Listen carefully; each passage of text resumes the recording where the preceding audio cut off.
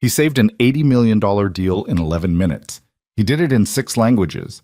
And when it was over, he went back to making coffee. Nobody asked his name. Nobody thought to. That morning, they had laughed at him. If you've ever been underestimated, passed over, looked through, treated like furniture in a room full of people who think they matter more than you do, then this story is for you. Stay until the end. Hit that like button and drop a comment with the city you're watching from. I want to see how far this story travels. The elevator on the north side of the Vantage Technologies building moved slower than the one on the south, and everyone who worked on the 47th floor knew it. It was the kind of thing people learned in their first week. The small interior geography of a workplace, the unspoken rules about which coffee machine was reliable and which hallway got cold in the afternoon. Nathan Reed had learned it in his first week too, 14 months ago, though he hadn't learned it the same way everyone else did. He'd learned it because the north elevator was the one used by operations staff, maintenance crews, and the overnight cleaning team. The people whose access badges opened service corridors and supply rooms, but not the executive suite on the 48th floor. Nathan's badge was orange. The senior staff wore blue. The executives wore silver. He'd never touched a silver badge. He reached the 47th floor at 7:14 in the morning, 12 minutes before his shift technically began. Because arriving early meant the break room was empty, and he could eat the sandwich he'd packed without anyone making small talk he didn't have the energy for. He worked better in quiet. He thought better in quiet. Most people who shared space with him had no idea he thought at all. He was 32 years old, though he looked older when he was tired, which was most of the time. He had dark circles that no amount of decent sleep seemed to fix, a jaw that could have used a better razor, and the kind of posture that came from years of carrying weight. Not physical weight, though there was plenty of that in his job, but the particular bearing of someone who had stopped expecting the room to make space for him. He wore the same rotation of shirts, gray, blue-gray, dark green. His shoes were clean because he made a point of it, though the soles were wearing thin. He drove a 2009 Honda Civic with a crack in the passenger side window that he'd meant to get fixed for 3 months. If you passed him in the hallway, you would not remember him. That was simply the truth. The 47th floor hummed with early morning urgency, the particular electric tension of an office building preparing for something big. Temporary signage had gone up overnight, directional arrows, welcome placards in multiple languages, small cardstock flags representing 7 countries arranged in a neat row along the reception counter. Someone from events had ordered fresh flowers, white and cream, which sat in tall vases at the elevator banks. The carpet had been vacuumed to a perfect grid pattern. The glass walls of the main conference rooms had been polished until they caught the pale Chicago morning light and threw it across the hallways in long, pale rectangles. Today was the day Vantage Technologies signed the Global Accord Partnership. Nathan had heard about it in pieces over the past 2 months. Fragments of conversation he absorbed the way he absorbed most things in this building, quietly, from the edges of rooms where nobody paid attention to him. The contract was worth $80 million over 5 years, linking Vantage with technology firms and logistics networks across 7 countries. It would, according to the press release that had gone up on the company intranet 3 weeks ago, redefine the international landscape of AI-assisted logistics infrastructure. The CEO, Victoria Sterling, had been working toward it for the better part of 2 years. The story in the Chicago Business Review had called it the deal of her career. He'd read the article on his phone during his lunch break, sitting on a plastic chair in the operations break room next to a guy named Darnell, who was playing a racing game with the sound off. Nathan had read it twice. Then he'd set his phone face down on the table and finished his sandwich without tasting it, because there was something he knew about this deal that nobody in that article seemed to know, and the knowledge sat in his chest like a stone. He had tried to tell them, twice. He put it out of his mind, the way he'd been putting it out of his mind for 3 weeks, because there was nothing more he could do about it, and he had to be at Lily's school by 3:15, and he needed to think about what to make for dinner. So, the operations department occupied a utilitarian stretch of the 47th floor that most senior employees managed to walk past without registering. It was behind the secondary stairwell, past the IT server room, past the storage bay where the AV equipment lived between conferences. There were 8 people in Nathan's team. His supervisor was a man named Craig Hollis, who was 44, wore short-sleeved button-downs regardless of season, and managed the team with the energy of someone who had long ago made peace with his career ceiling. Nathan's official title was Operations Support Specialist, Level 2. In practice, this meant he handled whatever needed handling: equipment setup, supply logistics, technical troubleshooting for anything below the threshold of a formal IT ticket, and a dozen other tasks that appeared and disappeared from his plate without ever being formally assigned. He was good at the job, not in the way that got noticed, in the way that meant things simply worked, which everyone took for granted. "Big day," Craig said when Nathan set down his bag at the operations station. Craig was already there, which was unusual. He had a foam cup of coffee and the look of a man who'd been pulled into an early briefing and hadn't recovered. "Big day," Nathan agreed. "They want us running full AV checks on rooms A, B, and C by 8:30. Then they want someone stationed in the main conference suite during the demonstration." Craig looked at his clipboard, then looked at Nathan. "I'm putting you in there. You're good at staying out of the way." It wasn't meant as a compliment exactly, but Nathan took it as one. Staying out of the way was an art form. He'd spent years practicing it. "Do we have the updated routing codes for the translation interface?" Nathan asked. Craig frowned. "The what?" "The real-time translation system, the one they're using for the demonstration. It needs updated routing codes for the Japanese language packet. There's a configuration issue that—" "That's IT's problem," Craig said, already looking back at his clipboard. "I flagged it to IT 6 weeks ago. The ticket got closed without resolution." "Then flag it again." "I did. 3 weeks ago. And 2 weeks ago. Last week someone told me it had been reviewed and signed off." Craig looked at him with the patient, slightly glazed expression of a man who dealt with too many variables before his first cup of coffee was finished. "Nathan, if IT signed off on it, it's signed off on. These people have been prepping this demo for months. I'm sure they know what they're doing." Nathan said nothing. There was nothing to say that he hadn't already said to Craig, to the IT supervisor, to the project coordinator named Patricia, who had listened to him for 4 minutes and 40 seconds. He'd counted, before her phone rang and she took the call, and he was never able to get back on her calendar. He'd even drafted a written memo and submitted it through the internal portal. It had been marked as received. Nothing after that. So he said, yes, which was the right answer in this context, and he went to begin the AV checks on rooms A, B, and C. Victoria Sterling arrived at 8:05 in a black car that pulled up to the building's front entrance with the practiced efficiency of something scheduled down to the minute. She was 30 years old, which still surprised people. It surprised them every time they looked her up and did the math. The youngest CEO in Vantage's history, though she hated when that was the first thing anyone said about her.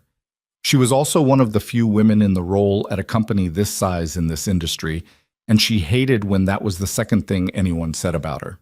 She preferred to be characterized by what she'd built, which was real and substantial and hers.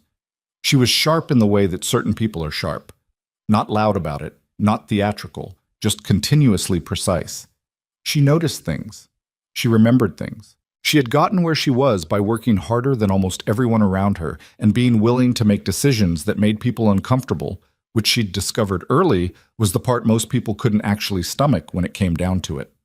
She also, she would admit privately if pressed, had a blind spot. It was not unusual, as blind spots went. It was the kind that came with success in an environment where results moved fast. She trusted the systems she had built and the people she had appointed to manage them, and she did not look closely at the layers below. Not because she didn't care, but because there were only so many hours and her attention had to land somewhere, and she had learned to delegate. She rode the south elevator to 47 and stepped out to a floor that looked exactly the way she needed it to look today. Her executive assistant, a young woman named Priya, materialized at her elbow with a briefing packet and a flat white. "Delegates from Germany and Japan are already in the hospitality suite," Priya said, walking slightly behind her. "The French and Portuguese teams are en route from the hotel, arriving by 9. Arabic delegation is confirmed for 9:15. The demonstration is scheduled to begin at 10, with the signing at 11:30. "Marcus?" Victoria meant Marcus Hale, her chief strategy officer. "Waiting for you in your office." She took the coffee. "And the translation system?" "Operations ran a full check this morning. IT signed off last week." "Good." She walked toward her office without slowing. Through the glass walls, she could see the conference suite being arranged, the circular arrangement of chairs for the opening session, the screens already displaying the Vantage logo in 7 languages. It looked exactly right. She had no reason to think anything would go wrong. The first time Nathan saw Victoria Sterling in person was at 9:20 that morning, in the hallway outside the main conference suite. He was wheeling a cart of backup AV cables because one of the senior event staff had asked for additional HDMI runs, and he came around the corner of the hallway and nearly ran the cart into her. She stepped back with the quick reflex of someone used to things moving around her and looked at him with the flat, absent expression of someone who has registered a presence without seeing a person. "Watch it," she said, and kept walking. He said, "Sorry," and kept walking too. It was not an encounter. It was 2 people briefly occupying adjacent space, the way the city moved 1,000,000 people past each other every hour. He rounded the next corner, parked the cable cart against the wall outside the suite, and got back to work. He would think about that moment later, not with bitterness. He'd burned through the bitterness phase of his life a few years ago, and what was left was something more like dry acceptance. He would think about it because of how completely ordinary it was, how accurately it captured everything about his position in this building and this world, invisible by default, noticed only when he was briefly in the way. At 9:47, he took up his post inside the conference suite, standing near the secondary AV station along the east wall. His job was to monitor the equipment feeds during the demonstration and respond immediately if anything needed adjustment. It was a job that required him to be present and silent, which he managed without difficulty. The delegates filled in over the next 20 minutes. A controlled parade of well-dressed people representing organizations from 7 countries, guided by Vantage event staff with the careful choreography of people who had rehearsed this moment. Nathan watched them as he always watched rooms, the way some people entered spaces as though the space had been waiting for them, and others moved through with the particular alertness of people far from home who were still deciding how much to trust what they saw. He recognized faces. Not their names, he didn't know their names, but their body language, the micro-expressions, the way certain members of the German delegation exchanged a look when they sat down that landed quietly in Nathan's chest, because he knew exactly what that look meant and exactly why they were exchanging it. He'd been in enough rooms like this to know. Marcus Hale was, Nathan had decided over 14 months of watching him, the specific kind of smart person who was dangerous in an organization, smart enough to be right about a lot of things, but not curious enough to know what he didn't know.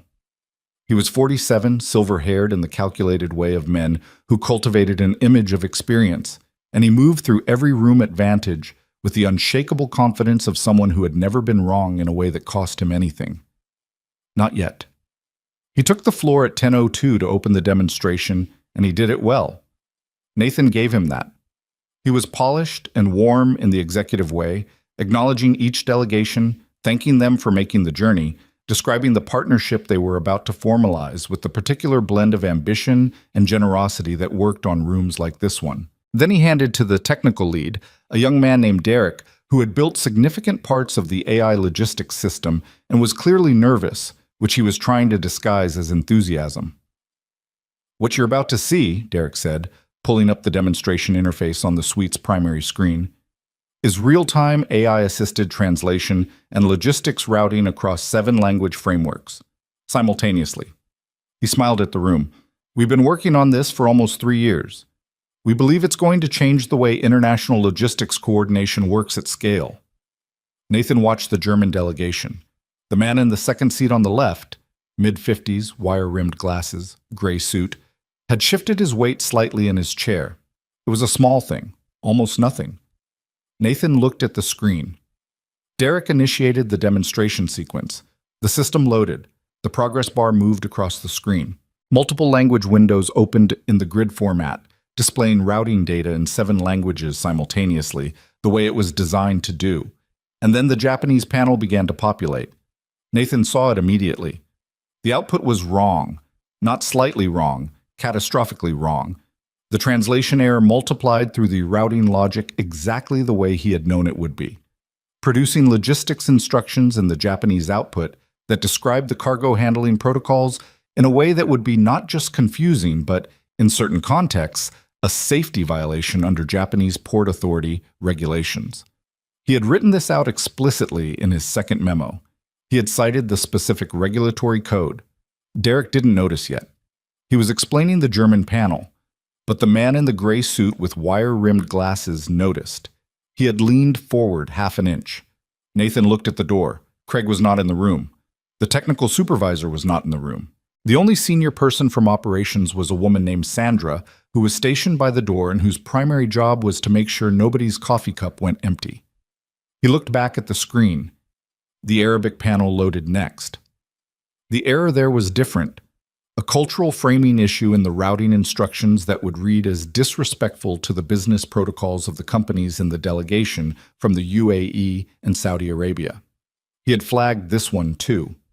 It had been the centerpiece of his first memo. He watched the Arabic delegate, a composed woman in the third row, read the screen.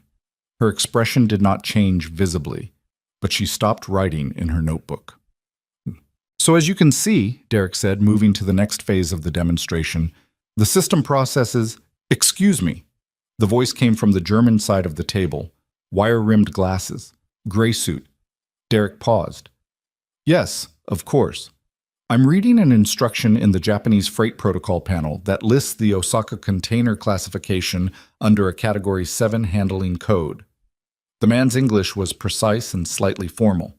Category 7 under the Osaka Port Authority framework triggers a mandatory inspection hold that would add between 4 and 11 days to any cargo transit through that facility. Derek blinked. I'd need to look at the specific.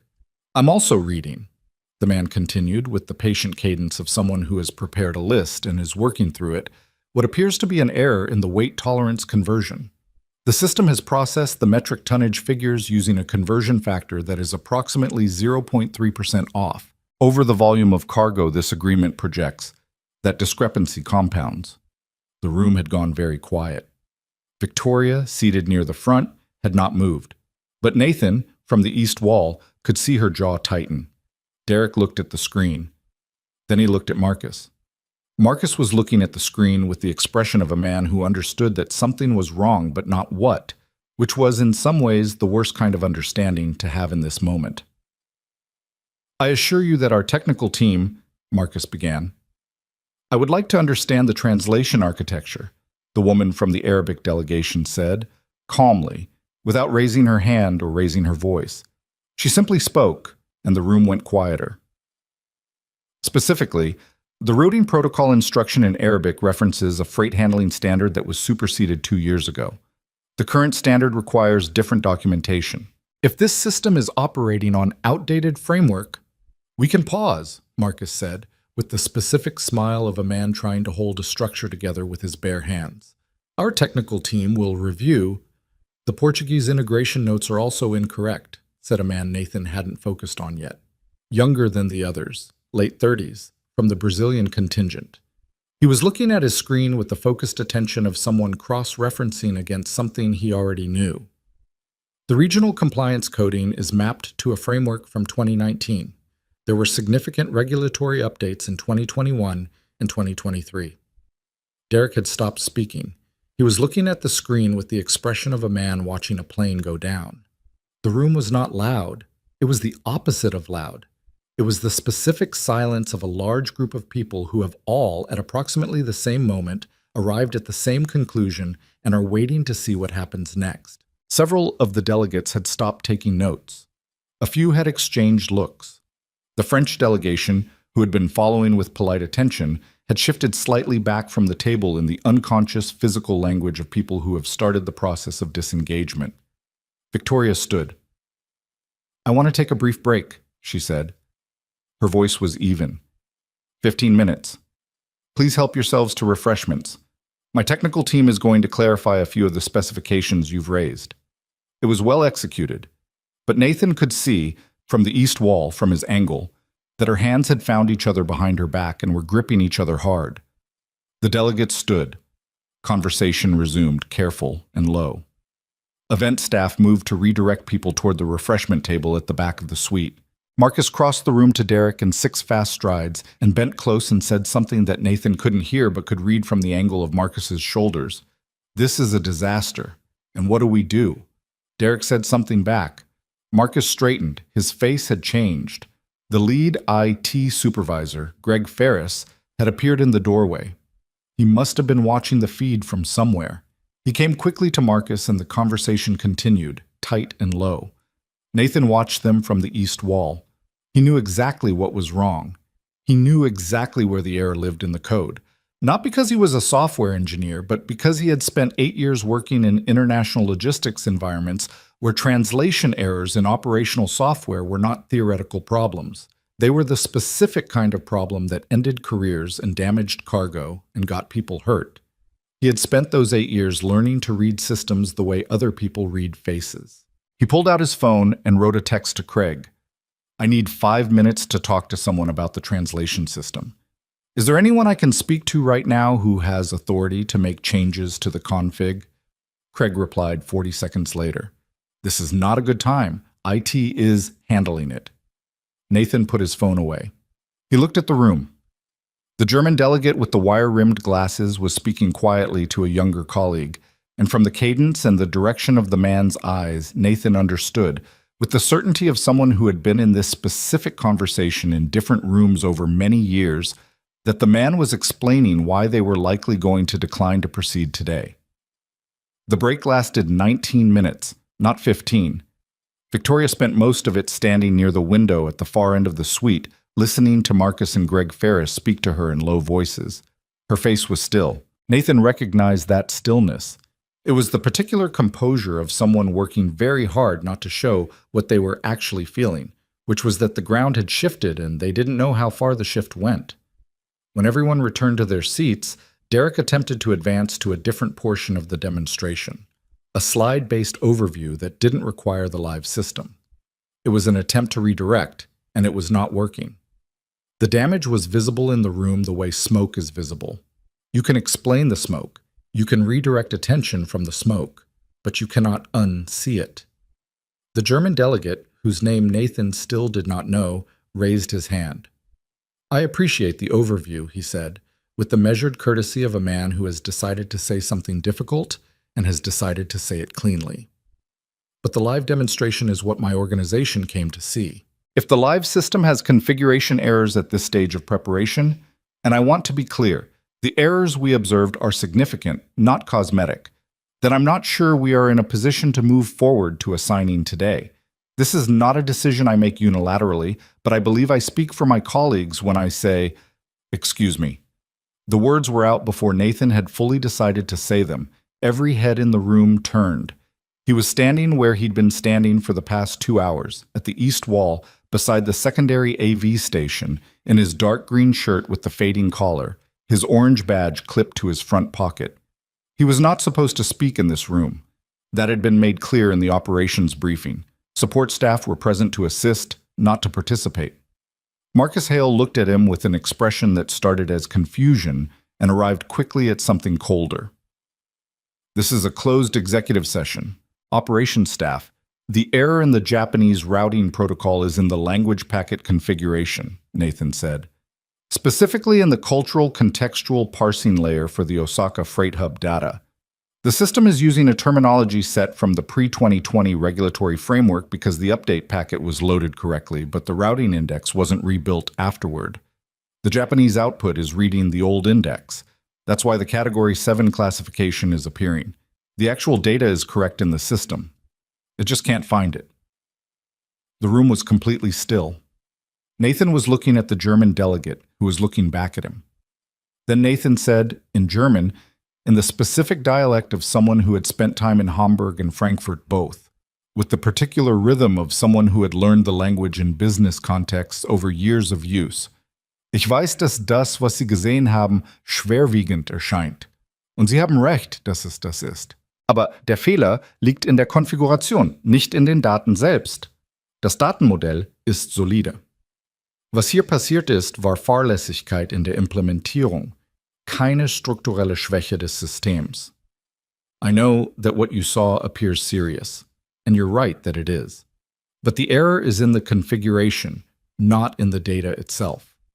The data model is sound. What happened here was negligence in the implementation, not a structural weakness of the system. The delegate's expression shifted. Not dramatically, a man like this didn't show surprise dramatically, but it shifted. Entschuldigung, the delegate said carefully. Wer sind Sie? Excuse me, who are you? Nathan told him his name and his title. He watched the small flicker of recalibration move across the German delegate's face, the visible process of a man updating his understanding of a situation. Then Nathan turned to the Japanese delegation. He spoke for about 90 seconds, in the careful formal register of business Japanese, acknowledging the specific regulatory concern that had been raised, explaining the technical cause without deflecting responsibility, and using a particular phrase of professional acknowledgement that he had learned from a counterpart in Nagoya 15 years ago, which he deployed now because he knew it would land differently than a translation of the same words would land. One of the Japanese delegates, a woman who had not spoken yet, looked at him for a long moment. Then she gave a small, precise nod. He turned to the Arabic delegation. The woman who had spoken earlier was watching him with the careful attention of someone who was still deciding. Nathan addressed her in Arabic, formal Gulf region Arabic, shaped by years of work in UAE and Saudi business environments, acknowledging the outdated framework reference, explaining that the routing data in the system referenced current standards, but the display output was pulling a label from the old framework, a cosmetic error layered on top of the deeper configuration problem, and that both were addressable. She asked him a question in Arabic. He answered it. She asked another. He answered that one too. Then he addressed the Portuguese and Brazilian contingent in Portuguese, and the French delegation in French, and the Spanish-speaking members in Spanish that had the specific tilt of someone who had worked in both Madrid and Buenos Aires and had absorbed both. The room had stopped being panicked. It had not yet become what it needed to become, but the register had changed. The delegates who had been preparing to withdraw had stilled. They were listening. Nathan stepped to the secondary console at the AV station, the one that nobody had asked him to touch, and pulled up the system's back-end configuration panel on the secondary monitor, the one that faced away from the delegates. He pulled up the routing index. He found the rebuild function, which required an administrative code he was not supposed to have, except that he did have it because Greg Ferris had given it to him 2 months ago when Nathan helped him troubleshoot a different system issue, and Greg, who was careless with security credentials in the particular way of technically skilled people who didn't think about organizational hierarchy much, had simply typed it in front of him. He typed the code. He initiated the index rebuild. It ran for 40 seconds. He looked at Marcus Hale, who was watching him with an expression Nathan couldn't fully read, somewhere between fury and something else. Something Nathan recognized as the particular look of a person who has realized that they are about to owe someone they've dismissed a debt they cannot easily repay. The rebuild completed. Nathan stepped back to the demonstration system and entered the commands that would reload the live display. The screens refreshed. The Japanese routing panel repopulated. The Category 7 classification was gone. The correct current standard freight protocol was displayed clean and accurate. The Arabic framework label updated to the current 2023 standard. The Portuguese compliance coding corrected itself. Derek, who had been standing to the side with the expression of a man watching his career flash before his eyes, looked at the screens. He leaned toward them. He looked at Nathan. "It's fixed," he said, in a voice so quiet it was almost just for himself. "The cultural contextual error in the Arabic output will need one more adjustment," Nathan said. "The regional phrasing for the cargo classification section should be reconfigured using the Gulf Cooperation Council terminology set, rather than the Pan-Arabic general set. It reads differently in a business context to executives from the UAE. He looked at the Arabic delegate. "I can have that corrected in the system within the hour, if you're willing to allow the demonstration to continue." The woman looked at him for a long moment. Then she looked at Victoria. Victoria, who had not moved or spoken since Nathan stepped forward, was looking at him with an expression he could not categorize. He had never seen it on her face, which was to say, he had never paid attention to her face long enough to catalog her expressions. But something told him this was not one she wore often. The woman from the Arabic delegation looked back at Nathan. "Please," she said, "continue, ok." The demonstration continued for another hour and 20 minutes. Nathan remained at the east wall, responding when spoken to, correcting the Arabic configuration during a brief technical pause, and otherwise reverting to the near invisibility that had characterized his entire 14 months in this building.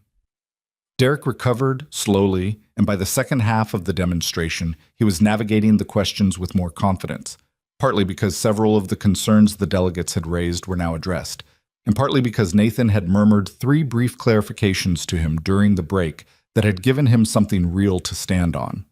At 12:40, Marcus Hale called a recess for lunch. The signing was rescheduled to 2 o'clock. Not canceled. Rescheduled. Nathan ate his lunch in the operations break room. He sat with Darnell, who was on his phone this time instead of the racing game. Nathan ate the second half of the sandwich he'd started that morning, which was slightly dry by now, and drank the coffee he'd poured from the pot that nobody had cleaned properly since Thursday, which was too bitter. And he thought about what Lily had said that morning when he'd dropped her off at school. She'd said, "Papa, what language do you think the clouds speak?" He'd said he wasn't sure. Maybe they didn't speak any language at all. Maybe they just moved and people read whatever they wanted into the shapes. She'd considered this very seriously. Then she'd said, "I think they probably speak all of them a little bit." He finished his coffee. He washed his cup. He went back to work. The first person to find him after lunch was not Victoria. It was not Marcus or Greg Ferris or Derek or anyone whose badge was blue or silver. It was the woman from the German delegation support team, young, maybe 26, wearing a headset and carrying a laptop, who tracked him down in the corridor outside the operations storage room where he was logging equipment returns. "Mr. Reed?" she said. He looked up. "Dr. Kaufman would like to speak with you, when you have a moment."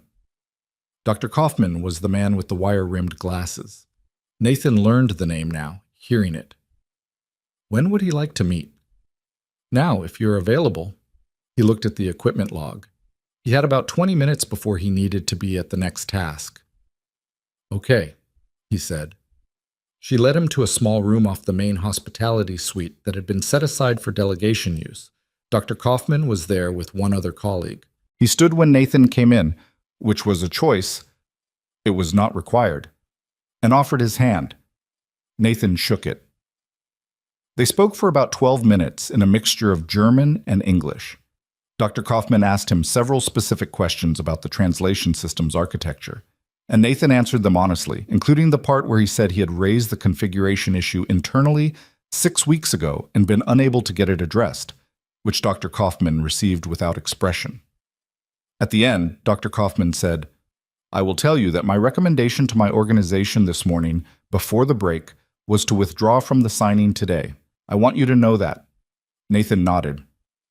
"My recommendation now," Dr. Kaufman said, "is different." They shook hands again. Nathan went back to the operations corridor and finished logging the equipment returns. At 2 o'clock, the Global Accord Partnership Agreement was signed by representatives of all 7 delegations. Nathan was not in the room. His shift in the conference suite had ended. He was in the IT room 1 floor down, helping Greg Ferris run the final configuration corrections on the Arabic language module, which they finished at 2:34. At 3:10, he left the building, drove across town, and was standing outside Lily's school when the bell rang at 3:15. She came through the doors with her backpack hanging off one shoulder, her jacket half zipped, and a drawing in her hand that she wanted to show him immediately. It was a bird, she said, but not a regular bird. It was a bird that could hear colors instead of seeing them, and she had given it 7 wings because 7 was better than 2. He looked at the drawing. It was, he thought, quite good. "What kind of colors does it hear?" he asked. She thought about it as they walked to the car. "Loud colors," she said. "Red, yellow, the kind of orange that's almost red. And then quiet colors when it wants to sleep, like the color of foggy mornings." He opened the car door for her. "That makes sense," he said. She climbed in. He closed the door. He stood there for a second outside the car, in the late afternoon cold, with the noise of the city moving around him and the particular stillness of a man at the end of a long day that had contained something significant, though he didn't know yet what would come of it, and he was tired in the specific way of someone who had held something hard and then set it down. Then he got in the car. He asked her if she wanted tacos or pasta. She said pasta, but the kind with the breadcrumbs on top. He said, okay. They drove home through the October traffic, and she told him about her day in the mixed-up way that 6-year-olds tell stories, where the most important thing and the least important thing carry identical weight, and he listened to all of it. Part 2. A disaster waiting to happen. The pasta with breadcrumbs on top was farfalle because Lily liked the bow tie shape and had once informed him very seriously that bow ties made food taste better. He didn't have the heart to tell her that farfalle was harder to get the breadcrumb crust right on, so he just made it work. Toasted panko in a dry skillet with a little butter and a pinch of garlic salt, watching it carefully because it went from perfect to burned in about 45 seconds, and he'd learned that the hard way twice. He finished it while Lily sat at the kitchen table with her homework spread across the surface in the specific entropy of a 6-year-old who genuinely believed she was being organized. Papa, she said, without looking up from her worksheet. Yeah. My teacher said that when you don't understand something, you should ask someone who knows. That's good advice. But what if the person who knows doesn't think you're worth talking to? He stirred the pasta. Then you find a different way to make them listen. She seemed to consider this. What if there's no other way? There's usually another way. You just have to think longer than you want to. She went back to her worksheet. He served the pasta. They ate at the table together, and she told him about a disagreement she'd had with her best friend Maya over which was better, knowing lots of things or knowing how to do lots of things. And Nathan said he thought the answer was both, which she rejected on the grounds that you had to pick one. So he said knowing how to do things, and she nodded like that was the right answer, which it probably was. He didn't tell her about the day. He rarely told her about his days in any specific way, not because he wanted to hide things from her, but because she was 6, and the architecture of a corporate negotiation crisis was not something that translated well to dinner table conversation with someone who was still working out the logic of which clouds spoke which languages. He told her the general shape. It had been a busy day, something had gone wrong at work, and then less wrong, and he was tired. She accepted this summary without pressing for details, the way children accept summaries when they trust the person giving them. After dinner, bath, 2 chapters of a book about a girl who discovered she could communicate with migratory birds by learning to read wind patterns. Lily's current obsession was birds, had been for about 3 months, which he was genuinely happy about because it meant the library trips had a clear theme, and then she was asleep by 8:15. He stood in her doorway for a moment in the way he always did, the brief pause that had become ritual without him deciding to make it one. And then he went and sat on the couch and did not turn on the television. He sat there for about 20 minutes, just breathing, which was something he'd learned to do in the year after Ellen died. When a therapist had told him that sometimes the body needed 5 or 10 minutes of doing absolutely nothing. And he'd resisted this advice for months because doing nothing felt like wasting time he didn't have, until one night he'd sat down on the bathroom floor and just stopped moving for a while, and something in him had unclenched that he hadn't known was clenched. He thought about Dr. Kaufman, about the moment the Japanese delegate had given that small, precise nod, about the way the room had changed, not dramatically, nothing so cinematic as a round of applause or a transformed expression of wonder, just the specific, functional shift of a group of people who had been preparing to leave, deciding to stay, and why they had decided to stay, and what that meant about what they'd needed in the first place. They had needed someone to talk to them, not at them, not through a demonstration interface that had been built by people who'd never actually sat across a table from a German logistics director or an Arabic trade executive. They had needed someone who understood that the Category 7 classification concern wasn't really about Category 7. It was about whether Vantage Technologies had done the serious work of understanding who they were partnering with, or whether they'd built a product that looked good in a Chicago boardroom and expected everyone else to adapt to its assumptions. Nathan understood this because he had spent 8 years inside rooms like that one. He had been the person who sat across from German logistics directors and Arabic trade executives and Brazilian compliance officers, not to sell them anything, but to understand what they needed and find a way to build the bridge. He had been good at it, genuinely good at it, The kind of good that you can't manufacture through preparation alone, but that grows from actual care about the people on the other side of the table. He had walked away from it voluntarily. He did not regret this. But sitting on the couch at 9:07 on a Tuesday night in his two-bedroom apartment in Wicker Park, with the city making its low, continuous sound outside the window, he felt something stir that he usually kept very still. The specific awareness that what had happened today was not a fluke, not the lucky intersection of his past and a present crisis, but rather the proof that the thing he'd given up was still there, intact, waiting inside him like water in a sealed container. He pushed the thought down. He had gotten very good at pushing that thought down. He went to bed at 10 and was asleep by 10:20, and if he dreamed, he didn't remember it. He did not expect to hear from anyone about what had happened. That was not cynicism, just accuracy. He'd been in enough organizations to understand how institutions processed uncomfortable debts. They minimized them, redirected credit upward, and moved on. If the deal had fallen apart, there would have been consequences rippling in his direction. Since the deal had been saved, the institution would quietly absorb the save into its own narrative and recalibrate who deserved credit in a way that felt natural and required no awkward acknowledgments. So he was not surprised, arriving at work the next morning at 7:12, to find that nobody said anything to him. Craig gave him the day's task list. Derek passed him in the hallway near the IT room and made eye contact for about half a second too long before looking away. Sandra from events smiled at him the same way she always smiled at him, which was the reflexive courtesy smile of someone who knew his face without knowing his name. He went about his work. What he didn't know, because he wasn't in those rooms, was that it was not quiet everywhere. Victoria had not slept well. She'd gotten home at 9 the previous night after a dinner with her legal team that had run long because there were clauses in the finalized agreement that needed review before the countersigned documents went out in the morning. She'd sat at her kitchen island with the documents and a glass of water and gone through every page with the methodical focus that had gotten her this far. And it was fine. The deal was solid, the terms were what they'd negotiated, nothing required alarm. She'd initialed what needed initialing and sent the scans to Priya at 11:45. Then she'd lain in bed and thought about Nathan Reed. Not in any way she could have anticipated thinking about him, which was to say not in any particularly personal or complicated way.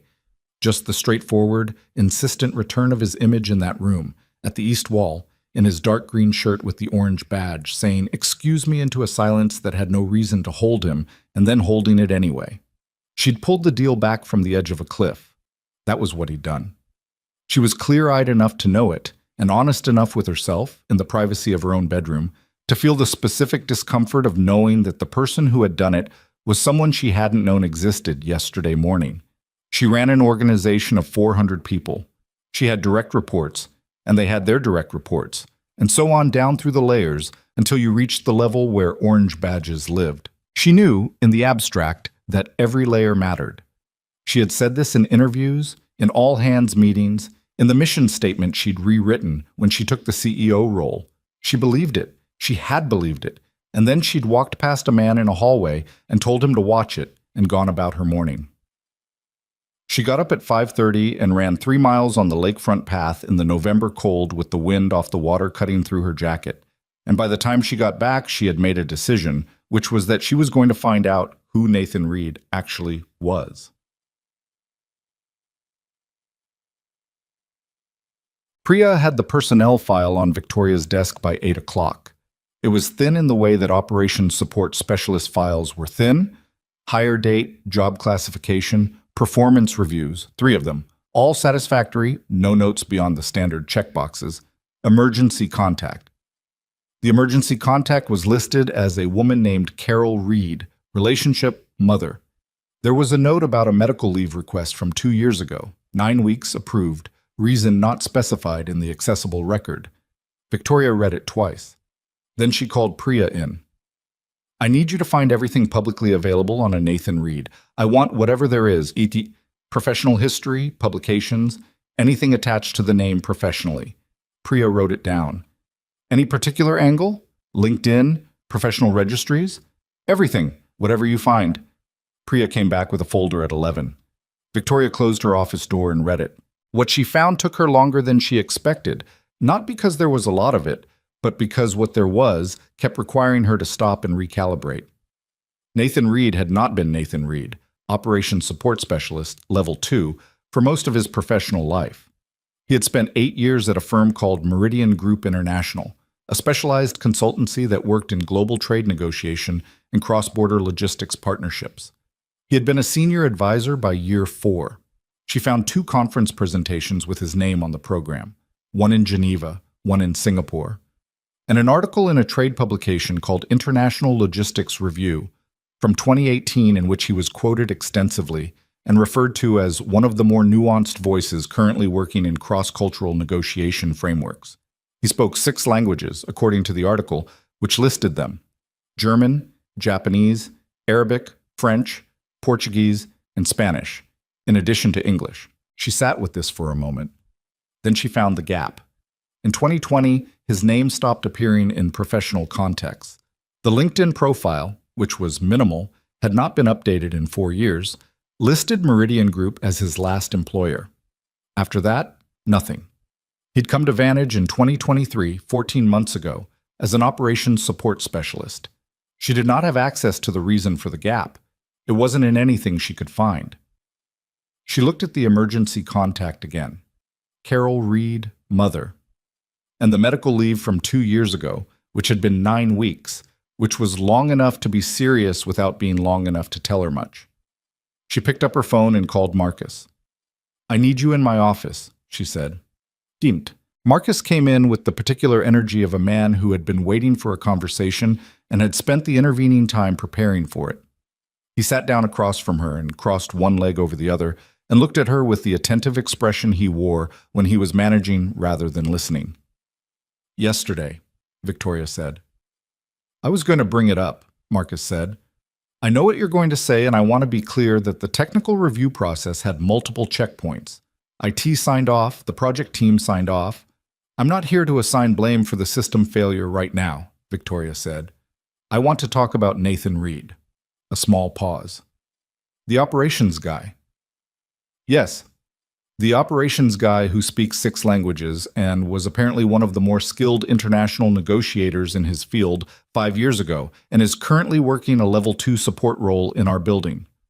Marcus's expression did not change exactly, but something shifted behind it. "I wasn't aware of his background." "Neither was I." She set the folder on the desk between them. "He flagged the configuration error, not yesterday. He flagged it 6 weeks ago. He submitted 2 memos through the internal system and made direct contact with IT and with Patricia in project coordination." The shift behind Marcus's expression became more pronounced.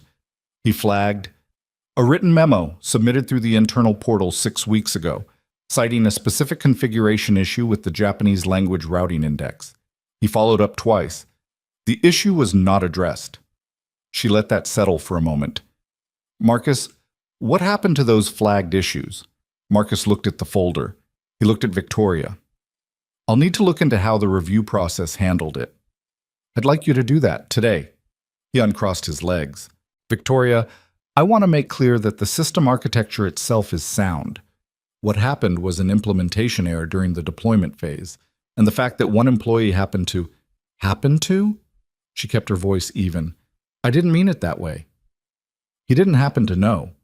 He had specific expertise that we did not account for when we hired him, and when he tried to use that expertise to prevent a problem, we didn't listen to him." She looked at Marcus directly. "I need to understand why." The silence between them lasted about 4 seconds, which in a room like this one was a long time. "I'll look into it," Marcus said. "I'd like a full account by end of week. Every touch point where his concerns were received and what happened to them afterward." Marcus stood. She could see him recalibrating. Which version of the story was the safest version? Which framing protected which people? How the chain of decisions looked when it was spread out in the light. She'd seen him do this before. She'd always appreciated it as a skill. Today it sat differently. "One more thing," she said before he reached the door. "I want Nathan Reed's full employment record reviewed, and I want to know what a fair conversation with him looks like. Not an HR review, not a performance evaluation. A conversation." Marcus looked at her. "You want to meet with him?" "I want to understand why someone with his background is working operations support in my building. And I want to know what he actually saw in that system that we missed. She picked up her pen. Set it up, Mom. Nathan found out about the meeting in the least ceremonious way possible. Craig told him at 2:15 in the afternoon, while Nathan was logging a rack of returned presentation equipment in the storage bay. "You've got a meeting request," Craig said. He looked faintly uncomfortable, the way he looked when something happened in his team that he hadn't originated and didn't entirely understand. "From the executive suite." Nathan set down the equipment clipboard. "With who?" "Someone from the CEO's office. Priya something." Craig paused.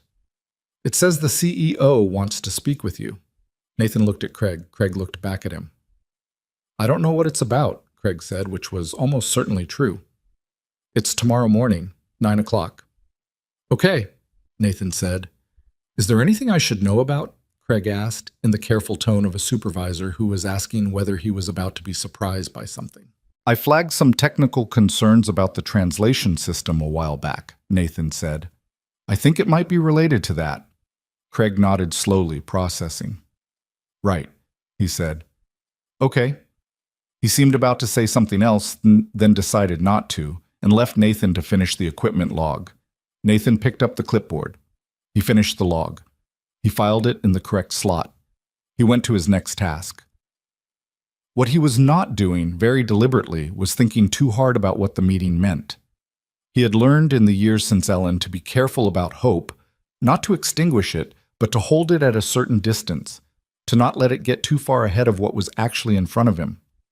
Too many times he had built something in his mind from small signals and had the building fall, and the falling was worse than if he'd never built it. He was still learning this, was not always good at it, but he was better than he'd been. He allowed himself one thought about the meeting, that it was a conversation, not a resolution, and that conversations could go many directions, and that he would show up and say true things and let it go where it went. That was all he gave himself. But what he didn't know, as he drove home that evening through the beginning of a light November rain, was what was happening in the lower floors of the building he'd just left. He didn't know because he had no reason to be there, and because the kind of thing that was happening doesn't happen where people like him can see it. It happens in offices with closed doors and on phones, in parking garages, and in the particular geography of institutional self-protection that had its own language and its own logic. Marcus Hale had spent the afternoon looking into the chain of decisions that had buried Nathan's memos. What he found was complicated. Not complicated in the way that exonerated anyone, but complicated in the way that suggested the problem went deeper than carelessness. The first memo had been routed to Greg Ferris in IT, who had forwarded it internally to a junior engineer named Kevin Park, who had flagged it as low priority and put it in a queue. Nathan had then raised it in a direct conversation with Craig, who had forwarded it to the project management team. The project management team had run it past the senior technical lead on the translation system, a man named David Ostrowski, who had reviewed it and marked it as addressed. But it had not been addressed. The routing index rebuild that Nathan had performed yesterday during the crisis was a step that Ostrowski had apparently known needed to happen and had explicitly signed off on as completed in his project documentation, though it had not been completed. Marcus pulled the internal audit trail. He read it twice. He sat in his office for a while after that, turning something over in his mind that he wasn't quite ready to say out loud yet. David Ostrowski was not just the senior technical lead on the translation system. He was also the man who had, 8 months ago, structured the performance benchmarks that the system needed to hit in order to trigger a specific clause in his employment contract, a clause tied to a multi-million-dollar retention bonus that paid out upon successful completion of the Global Accord partnership signing. Marcus sat with this for a long time. He was not a naive person. He understood organizations, how they worked, how incentive structures bent behavior in ways that people rarely named directly. He had seen this before, in other forms, at other companies. What he was sitting with now was not surprise. It was the specific discomfort of someone who understood that what they had just found was going to require doing something that would make powerful people unhappy, and the further understanding that the cost of not doing it was worse. He thought about Nathan Reed standing at the east wall in his dark green shirt. He thought about what Nathan had said in his memo, which Marcus was reading now for the first time, 6 weeks after it had been written, which was precise and detailed and technically sound, and had asked, at the end, in language that was professional and careful and not angry, for someone to please take a look at this before the demonstration, because if it goes wrong in front of those delegations, we won't get another chance. Marcus had not seen the memo 6 weeks ago. He was not in its distribution chain. That was true, and it was also not the whole truth, because someone in his organization had seen it and had made a decision about it, and that decision had happened inside a structure Marcus had built and maintained and was responsible for. He picked up his phone. He called the general counsel. The conversation lasted 40 minutes. Nathan did not know any of this on the drive home. He knew the rain and the specific amber wash of streetlights through a wet windshield, and the radio station Lily had put on the previous weekend that he hadn't changed because the songs were familiar and familiar was fine. He knew that he needed to stop at the grocery store because they were out of eggs, and also the good bread, the kind from the bakery on Milwaukee Avenue that Lily had decided was the only acceptable bread for breakfast, a position she held with the inflexibility of someone who had discovered a truth she could not unknow. He stopped at the store. He got the eggs and the bread and also the pasta, farfalle again because why not, and yogurt and the small carton of orange juice that Lily liked because it had no pulp, and she had a whole theory about pulp that he could recite from memory. He drove the rest of the way home. His mother called as he was pulling into the parking spot behind the building. He answered through the car speaker. "I called twice yesterday," she said, not accusatory, just noting it the way she noted things. "Big day at work?" he said. "Good big or bad big?" He thought about this honestly. "Both," he said. "Are you okay?" "Yeah, Mom, I'm okay." "And Lily?" "She's good. She has a theory now that birds can hear in colors." A pause. Then his mother laughed, a real laugh, the short, bright kind. "That's a very Lily thing." "Yeah," he said, "it really is." They talked for a few minutes. He told her nothing specific about the day. She told him that his cousin was getting married in March, which he'd forgotten, and that the wedding was in Phoenix, which was going to be a whole thing. He said he'd figure it out. She said okay, she just wanted to give him plenty of notice. He said he appreciated it. After he hung up, he sat in the car for a moment in the parking spot with the engine off and the rain tapping on the roof and the bread and eggs in a bag on the passenger seat. He thought about his mother's voice, the way it had an extra layer of careful in it. Still, even now, the particular carefulness of someone who had watched him go through something hard and come out the other side into something functional but fragile, and who still checked in without pressing, still made space without filling it. He appreciated that more than he'd ever said. He got out of the car. He took the groceries upstairs. He made dinner, fed Lily, read to her, put her to bed. He laid out his clothes for tomorrow. Not the dark green shirt, a different one. The navy blue one that his mother had given him for his birthday last year, which was in better shape. He didn't examine why he made this choice. He just made it and went to sleep. He had been in enough high-stakes meetings to know that the location mattered, not symbolically, practically. Where a meeting happened told you something about what the people running it had already decided, even before anyone sat down. The 48th floor was where the silver badges lived. Nathan rode the south elevator this time because Priya had met him at the lobby and walked him there herself, which was its own kind of signal. She was professional and pleasant in the particular way of people who were good at their jobs and knew it, and she didn't make small talk beyond asking if he wanted coffee, which he declined because his stomach was already doing something he didn't want to encourage. She led him through a part of the building he had physically never been in, past the glass-walled conference rooms he'd seen from the outside on clear days when the angle was right, past a row of offices with real walls instead of partitions, past a reception area with a different quality of furniture than anything on 47. The office at the end was Victoria's.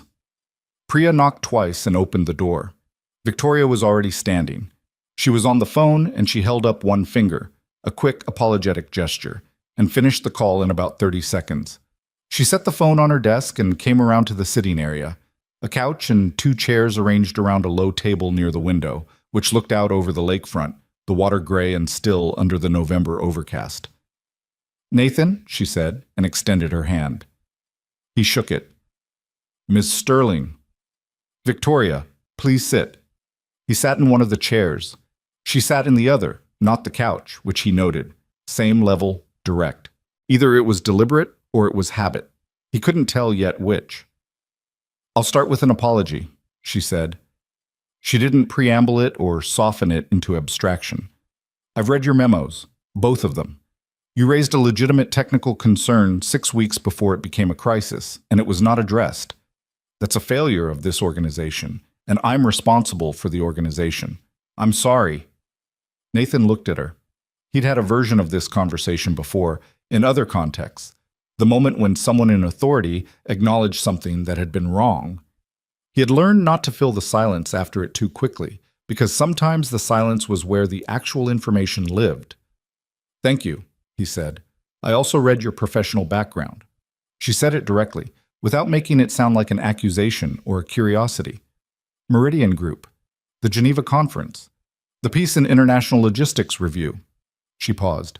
"You have more relevant expertise than almost anyone on the team that built the system you were trying to warn us about."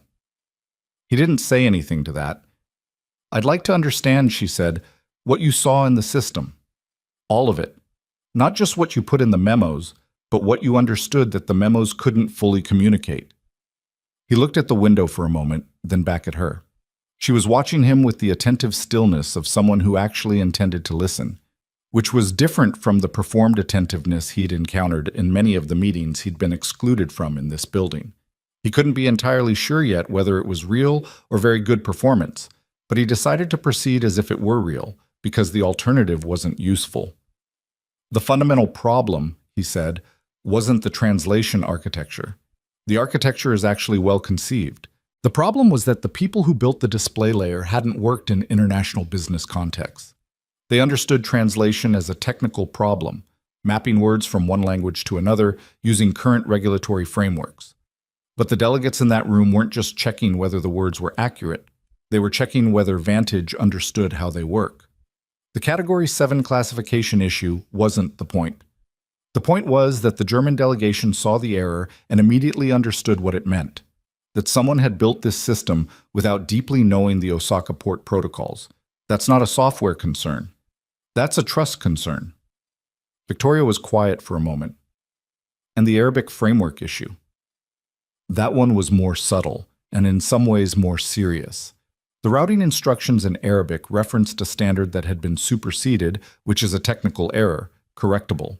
But the cultural framing around the cargo classification instructions, the way the text addressed the executing logistics partner, used a register that would read as presumptuous to a Gulf business executive. It's not offensive exactly. It's the difference between being addressed as an equal and being addressed as a vendor. That distinction matters enormously in those relationships, and it's not something you can catch in a code review. She was leaning forward slightly without appearing to notice it. Is that something that can be built into the system? The cultural register? Can it be parameterized? With the right input, he said. You'd need people who've actually worked in those contexts to define the parameters, not translate them. The translation is the easier part. Define the business relationship logic that determines how the system addresses different classes of partners in different regional contexts. She wrote something on a notepad she'd picked up without him noticing. I want to come back to that, she said. But first I have to ask you something more direct, and I want you to know that your answer won't affect your employment in any way. I need you to understand that before I ask it. He waited. Why are you in an operations support role? The question was simple enough on the surface, but he felt the weight under it. Not judgment, just genuine trying to understand. He sat with it for a moment, the way he sat with most things that required an honest answer rather than a convenient one.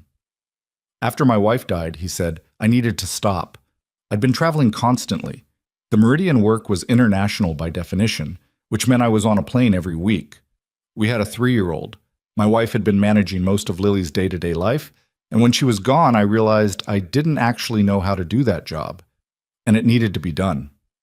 He looked at the window. I took 9 months off. Then I needed income, and I needed something that kept me in one city, ideally one building if possible, that wouldn't ask me to be somewhere else on short notice. The operations role at Vantage fit those requirements. Victoria was quiet for a moment. Not the awkward quiet of someone who didn't know what to say to grief. He'd gotten a lot of that in the years since. but the quiet of someone actually sitting with what he'd said. How old is your daughter now? 6, 7 in March. She nodded slowly. What's her name?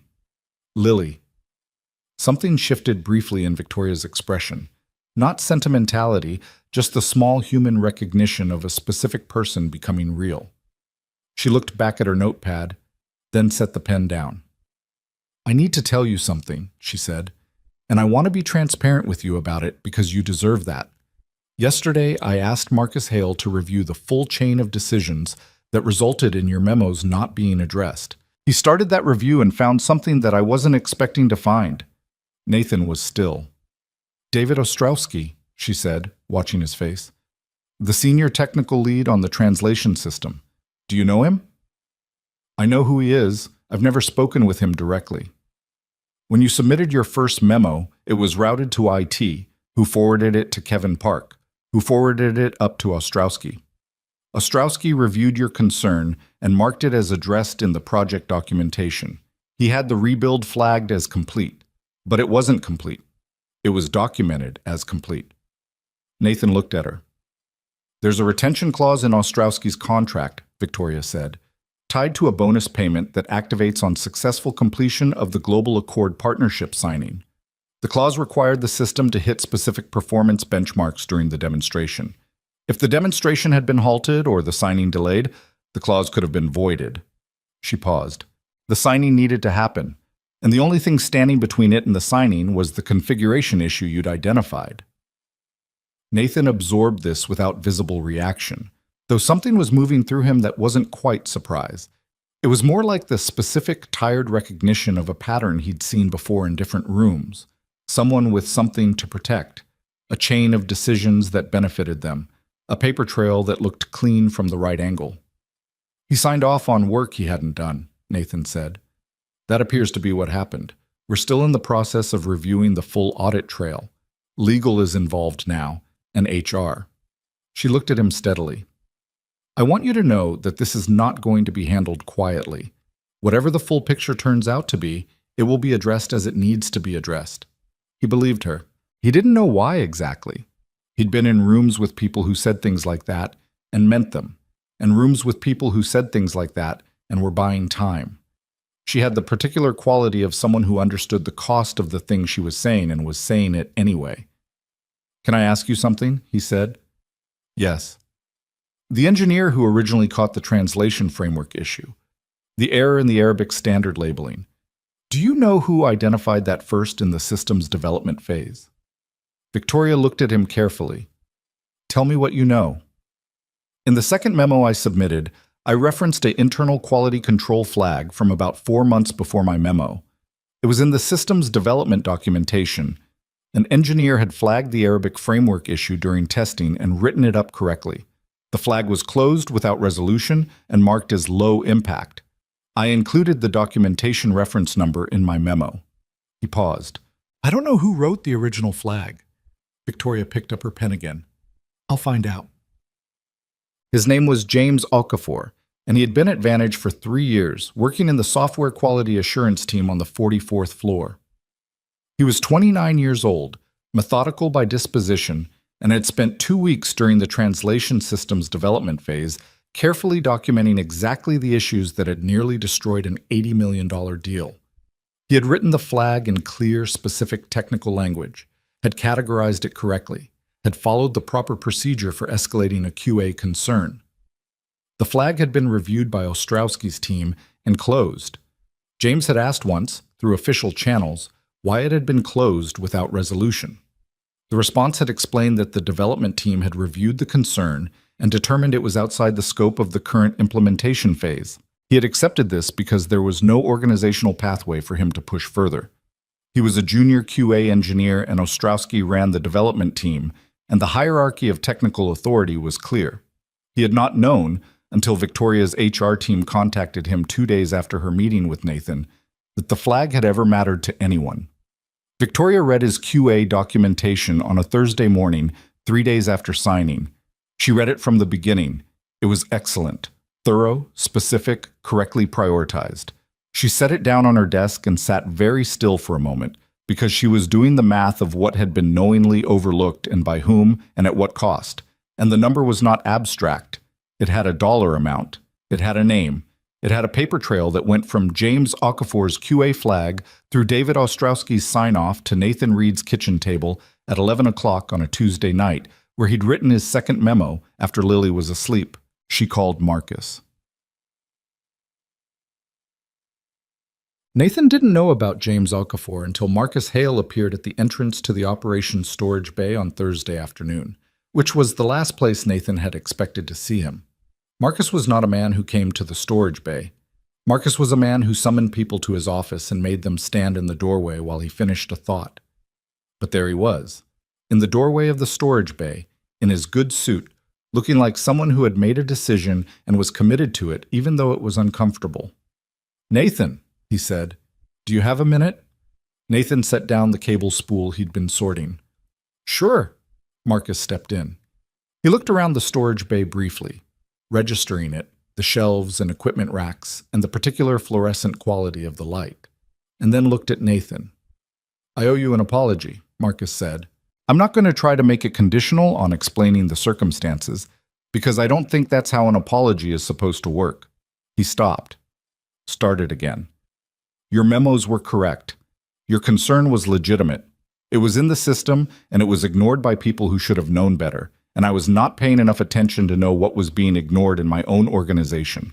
That's on me." Nathan looked at him. Marcus Hale making an apology was something he had not mapped into his understanding of how this week could go, and he was recalibrating in real time. "I appreciate that," Nathan said. Marcus nodded. He seemed to have more to say, but was working out how to say it. "There's going to be a board presentation next week regarding the Ostrowski situation. Legal has the full audit trail. I expect there will be consequences." He paused. "I want you to know that the engineer who originally flagged the issue, a man named James Okafor in QA, Victoria has already spoken with him. She's reviewing his role and his compensation." Nathan absorbed this. He thought about James Okafor, who he'd never met, who had done the right thing and been functionally ignored and was now, 3 years into a junior QA role, about to have a conversation about his future that he probably hadn't anticipated. "Is he a good engineer, Tech?" Nathan asked. Marcus looked at him with a slight surprise, as though the question hadn't been what he expected. "From what I've read in the past 3 days? Yes, very." "Good," Nathan said. Marcus looked like he wanted to say something else, then didn't. He gave a short nod and left the storage bay, and Nathan listened to his footsteps moving back down the corridor toward the elevator. He stood there for a moment, in the storage bay, in the fluorescent light. Then he picked up this cable spool and went back to sorting. The board meeting happened the following Tuesday, in the 48th floor conference room with the good chairs and the long view of the lake. Nathan was not in it. He was on 47, running a routine equipment check on the room BAV setup, when Victoria was presenting the audit findings to the 6-member board. He heard about it from Craig the next morning, not in any detailed way. Craig didn't have access to detailed information, but in the broad shape of what had been decided.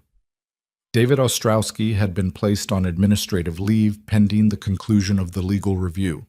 The consensus at the board level was that the facts as presented were sufficient to move forward with a formal employment review. Craig relayed this in the break room in a low voice, with the cautious energy of someone passing along information they weren't entirely sure they were supposed to pass along. Nathan listened. He drank his coffee. "There's also a thing about you," Craig said. "What kind of thing?" Craig looked at him with the expression of a man who was deciding how much to say. "I got a call from HR yesterday. They want to review your compensation and your classification. They said it was routine, but it wasn't. It's not routine for HR to call me specifically about one person." He paused. "I don't know what that means for you. I'm just telling you." Nathan said, "Okay." Craig seemed to expect more. When more didn't come, he looked at his coffee. "You could have told me," he said, "about your background, the languages and all." Nathan thought about how to answer that honestly. Would it have changed anything? Craig considered this seriously. "Probably not," he said, "but it might have." "The memos were enough," Nathan said. They should have been enough. Craig didn't argue with that. He got up and rinsed his cup, and the conversation was done. What? On Thursday of that week, Nathan got a second call from Priya. Victoria wanted to meet again. Same office, same time, Friday morning at 9. He wore the navy blue shirt again. This time Victoria had coffee waiting when he arrived. She'd asked Priya to find out whether he took it with anything, which he didn't, so there were 2 cups of black coffee on the low table. He sat down. She sat across. The lake was clearer today, the overcast breaking up, and the light through the window had the particular pale quality of late November, the thin northern light that lasted only a few hours before it started going bronze. I've been talking to legal about Ostrowski, she said, and I've been working through everything we found in the audit trail, which you largely already know about. She picked up her coffee. What you probably don't know is that the board authorized a formal restructuring of the project review process. No single technical lead will have authority to close a flagged QA concern without cosign from an independent reviewer going forward. She looked at him. That came directly from what you documented. He said nothing because there wasn't much to say. It was the right outcome, the thing that should have existed before, and the fact that it took a near catastrophe to create it was not something he wanted to editorialize about in this room. I also want to talk about James Okafor, she said. I've spoken with him twice now. He's sharp. His original QA flag was better documented than most of what I've seen from more senior people on that project. I'm recommending him for a senior QA lead position on the next development cycle. She paused. He was surprised. He said no one had ever told him his flag had mattered. That's a long time to not hear that, Nathan said. Yes. She set her cup down. It is. She looked at him with the direct attention that he'd learned over 2 conversations was not performed. Nathan, I want to offer you something, and I want you to know that the offer is real, and the refusal of the offer is also real, meaning whatever you decide will be respected. He waited. We're expanding the Global Accord team. The partnership is signed, but implementation begins in January, and the work of building the cultural and contextual frameworks for the translation system, the parameters you described in our first meeting, is work that needs someone who actually understands what it's for. She looked at him steadily. I want to create a role for you, Senior International Advisory, reporting directly to me. Salary is a significant increase from what you're earning now. Schedule is flexible by design. The work can be structured around your priorities, including Lily's school schedule. No mandatory travel unless you choose it. The room was quiet. Outside, a gust moved off the lake and the window light shifted slightly. Nathan looked at his coffee for a moment. He thought about Lily with her 7-winged bird that could hear in colors. He thought about the drive home through the November rain, the grocery store, the bread from Milwaukee Avenue. He thought about what it felt like to stand in that conference suite and speak German to a man who'd been told, through 30 years of professional experience, to only trust people who showed they'd done the work. Can I think about it? He said. Of course, Victoria said. She didn't add anything to that. She didn't push. He appreciated it. I'll give you an answer by Monday, he said. Monday is fine. He finished his coffee. He stood and shook her hand and rode the south elevator back down to 47, where Craig had a task list waiting and a shipment of equipment that needed logging before noon. He put on his badge and got to work. He did not decide anything that day. He let it sit in him the way he let things sit, not avoiding it, just not forcing it before it was ready. He'd learned that some decisions made themselves, if you gave them enough room. And some needed to be made deliberately, which was different from making them quickly. He picked up Lily at 3:15. She came through the school doors holding a permission slip and an argument she'd been saving since lunch, something about whether fish had feelings, which she believed they did, and which her teacher had expressed appropriate scientific uncertainty about, which Lily had interpreted as a no and was planning to contest. He listened to the argument all the way to the car. He said he thought the question was more complicated than either yes or no, which she accepted provisionally. They stopped for milk and the good bread on the way home. She carried the bag because she liked to. He held the door. In the parking lot, while she was still talking about the fish, he looked up at the building across the street, a glass office building, similar to the Vantage building, reflecting the last of the afternoon light in long orange planes across its surface. and something settled in him that had been unsettled for days. Not a decision, just a direction. He looked back at Lily, who had gotten to the part of the fish argument where she was explaining that she personally had seen a goldfish look sad, and this was evidence. "It might be," he told her. She looked satisfied with this and went back to carrying the bag. He gave Victoria his answer on Monday morning as promised, and the answer was yes, but with conditions, which he laid out clearly and without apology because he had spent the weekend deciding that if he was going to do this, he was going to do it on terms that didn't require him to slowly become someone else. The conditions were three. First, he would not travel without at least 3 weeks' notice, and he reserved the right to decline any travel that conflicted with Lily's school schedule, medical appointments, or the half-dozen dates through the year that mattered to her in ways that couldn't be rescheduled. Second, his working hours on any given day were fixed between 8 and 4, with exceptions negotiated case by case, because Lily's school ended at 3:15, and the gap between 3:15 and 4 was the buffer he needed, and he wasn't willing to erode it by default. Third, the role would be structured around outcomes, not presence. He would not be evaluated on how many hours he spent in the building or how visible he was in the right meetings, but on whether the work he was responsible for was done well. Victoria had listened to all 3 conditions without interrupting. Then she said, "Those are reasonable." He said, "I know." She almost smiled at that. "I'll have Priya send you the formal offer by end of day. If anything in the language needs adjustment to reflect what we've agreed, tell me and we'll fix it." He said okay, and stood, and went back downstairs. The offer came at 4:52, which was close enough to end of day that he figured Priya had been finishing something else and rushed it through, and he appreciated the effort. He read it at the kitchen table after dinner while Lily drew birds at the other end of the table. The language was cleaner than he'd expected. The 3 conditions were written into the structure of the role description, not buried in a footnote or left as verbal agreements that could be walked back. Somebody had drafted this with actual care, which he suspected was not entirely Priya's doing. He signed and returned it before Lily went to bed.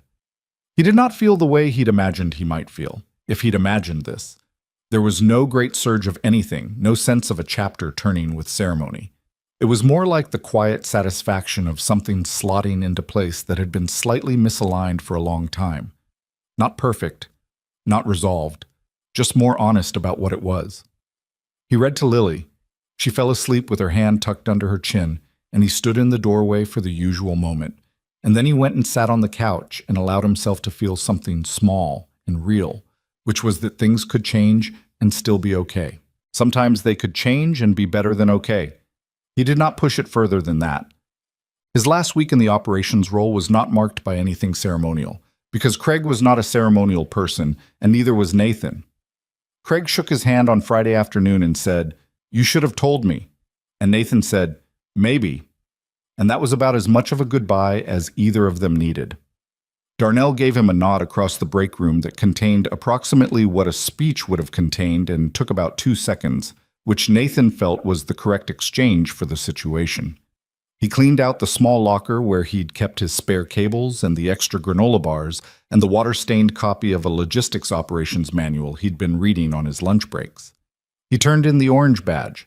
His new badge was blue, which felt strange, and then didn't.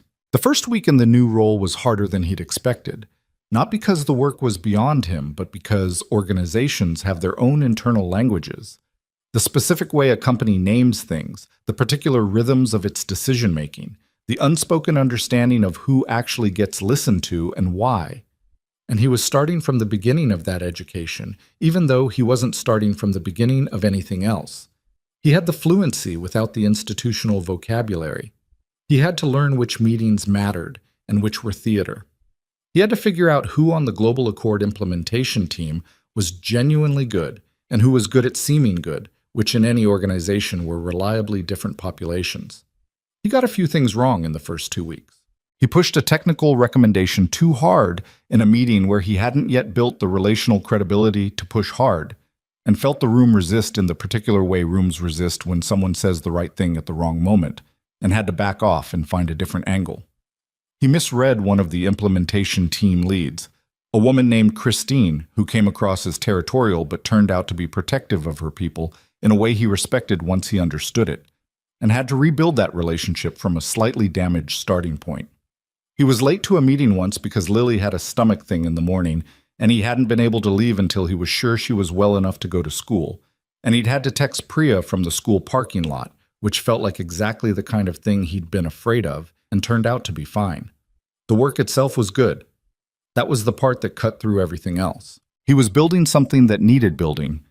The cultural context framework for the translation system was not a small project and not a fast one, and there were days when the scope of it was genuinely daunting, but the scope was honest, which was better than the scope being hidden from you until you were already in it. He spent long stretches working with a technical writer named Alicia, who was patient and precise, and a data architect named Ramon, who understood systems the way Nathan understood people, from the inside out, with appropriate suspicion of anything that looked too clean. The three of them made a decent working group. They argued productively and had coffee that was slightly better than the operations floor coffee, which Nathan had not taken for granted. He called his mother on the first Thursday of the new role. She asked how it was going. "Different," he said. "Good different?" He thought about it. "Yeah," he said. "I think so." She said she was glad. He could hear in her voice that she meant it in the full complicated way that parents mean things. Relieved, cautious, still watching from the particular distance that love maintains when it knows it can't close the gap entirely. Ostrovsky's formal departure from Vantage was announced internally on a Tuesday morning in December, 3 weeks after the board meeting. The announcement was the particular kind of corporate communication that says everything and nothing simultaneously, thanking him for his contributions, noting that he was moving on to pursue new opportunities, wishing him well. It did not mention the audit, the suppressed QA flag, the documentation he'd marked as complete when it wasn't, or the retention bonus he had maneuvered to protect. Nathan read it in the elevator on the way to his office and put his phone back in his pocket. He'd had a conversation with Victoria about it the week before, not because she owed him one, but because she'd offered it and he'd decided to accept the offer. She'd been direct. The legal review had concluded that what Ostrowski had done fell into a category of professional misconduct that the company's ethics policy addressed clearly. His contract was being terminated with cause. The retention bonus was not being paid. There would not be a lawsuit because Ostrowski's lawyers had looked at the audit trail and determined that the trail did not leave their client with a viable position. "Is that enough?" Victoria had asked, which surprised him. Not the question itself, but the fact that she was asking it of him specifically, with the genuine uncertainty of someone who wanted to know. "That depends on what you're asking," he said. "Whether justice is what you'd call it." He thought about it honestly. "I think justice is usually the wrong word for these things. It's too clean. What happened is that someone got caught doing something that cost other people significantly and is now experiencing consequences that are real, but also finite." He paused. James Okafor spent 3 years in a job that didn't reflect what he was worth because of something Ostrowski decided to do. That's 3 years. Ostrowski gets terminated and walks away. Those aren't equivalent. He looked at her. But it's better than nothing. And it's better than the alternative, which was that the deal failed and the whole thing got attributed to a system error and nobody looked at why. Victoria was quiet for a moment. "That would have been easier for a lot of people," she said. "Yes," he said. "It would have." She looked at him with the expression he'd come to recognize over these weeks, the one that wasn't quite admiration but was adjacent to it, the look of someone calibrating their understanding of another person upward in real time. He'd been receiving it from her in small increments since the first meeting, and he'd started to understand that it wasn't just about the language skills or the technical knowledge, but about something harder to name, the specific quality of a person who had been pushed to the margins of a room and had not allowed the margin to define them. He didn't feel particularly admirable about it. He had simply been himself, which was all he knew how to be. He'd tried other things in his life, and they hadn't fit. James Okafor became a presence in Nathan's working life in an unexpected way. His promotion to senior QA lead was announced in the same week as Ostrowski's departure, and Nathan had made a point of learning which team he was moving to and finding an excuse to cross paths with him in the first week. They met in the coffee area on 45, which was halfway between their respective floors and neutral ground in the way that mid-building floors tended to be.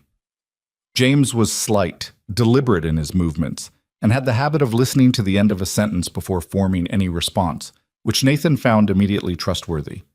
They talked for about 20 minutes the first time. Nathan had introduced himself, explained his new role, and said without editorializing that he'd read James's original QA flag and thought it was excellent work. James had looked at him with the specific expression of someone receiving a compliment they'd been waiting for long enough that it had started to feel like it was never coming. "Thank you," he said. Then, "Are you the one who, in the demonstration, the languages?" "Yes," Nathan said. James looked at his coffee. "I heard about that. After." He was quiet for a moment. "I kept thinking, if someone had just listened." He stopped himself. He looked slightly embarrassed by the emotion that had almost come out. "Sorry, I'm not—" "No," Nathan said. "You're right.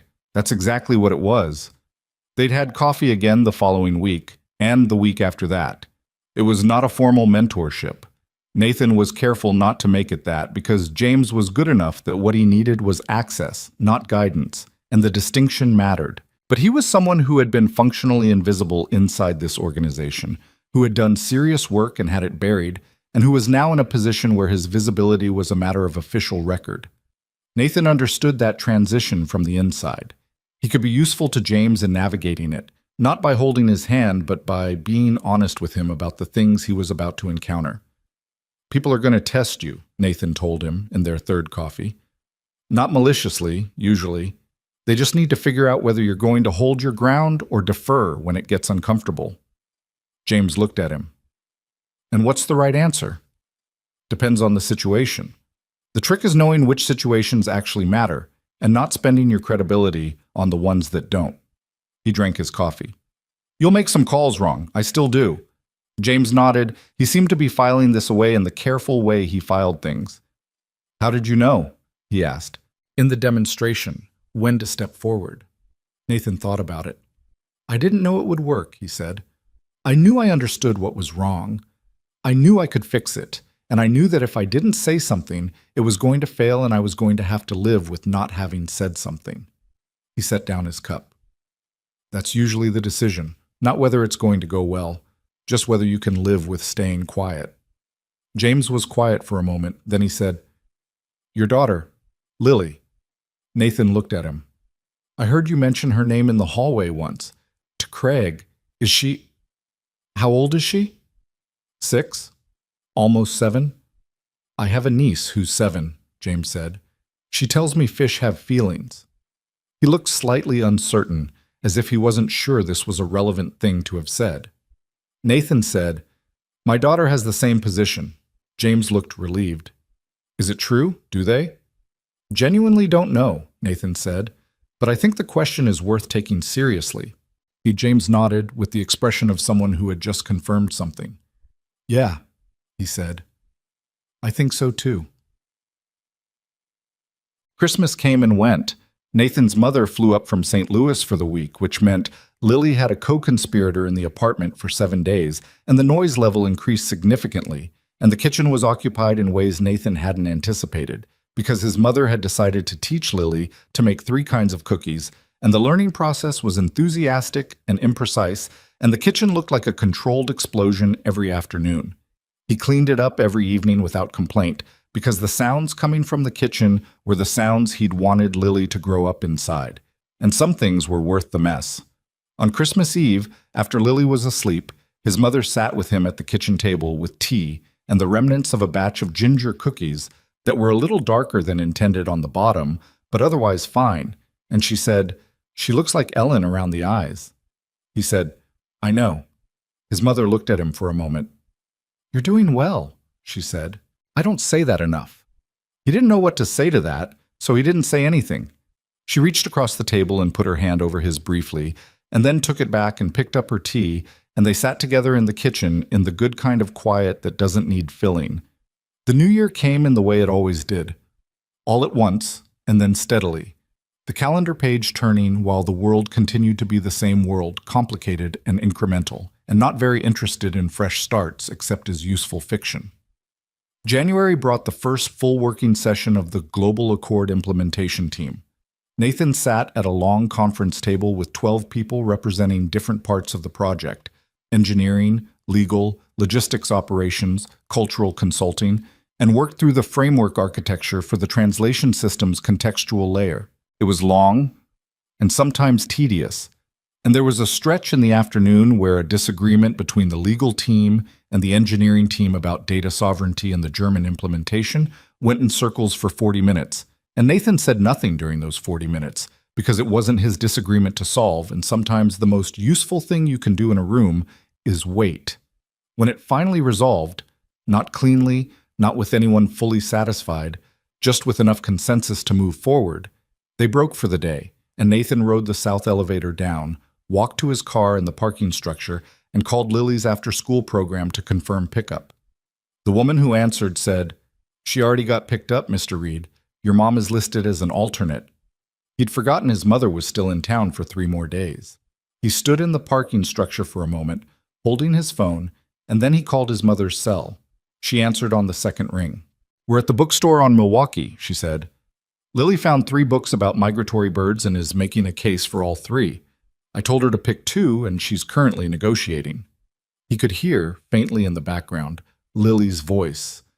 The particular cadence of a 6-year-old making an argument she believed in, persuasive and relentless. "What's her position?" he said. "She says the 3rd one is about birds in Japan, and since you speak Japanese, it's educational for the whole family." He was quiet for a moment. Then he laughed. A real laugh, the short, surprised kind. "That's actually a good argument," he said. "I know," his mother said. "She gets it from somewhere." He got in the car and drove to the bookstore. He got there in time to see Lily standing in front of the natural sciences section holding 3 books, making her case to his mother with the focused energy of a small person who had identified exactly what she wanted and was now committed to obtaining it through legitimate means. He stood in the doorway of the section for a moment before she saw him, watching the argument unfold, and he thought about the fish feelings and the clouds speaking in all languages and the 7-winged bird that heard in colors, and he thought, "This is the part I would not trade. Not for any room I ever sat in, not for any deal I ever helped close, not for any of it." Lily turned and saw him. "Papa, tell Grandma the Japan bird book is educational." "I think it probably is," he said. His mother looked at him with the expression of someone who had been outflanked. "Ganging up," she said. "We're not ganging up," Nathan said. "We're presenting a unified position." Lily looked at him with an expression of complete alliance and vindication. He bought all 3 books. The Ostrowski situation had one more chapter that Nathan hadn't anticipated. In February, he was contacted by a journalist from a Chicago technology publication who was working on a piece about governance failures in AI system deployment. The journalist had gotten his name through a source she wouldn't identify. She wanted to speak with him about the Global Accord demonstration. He thought about it for 2 days.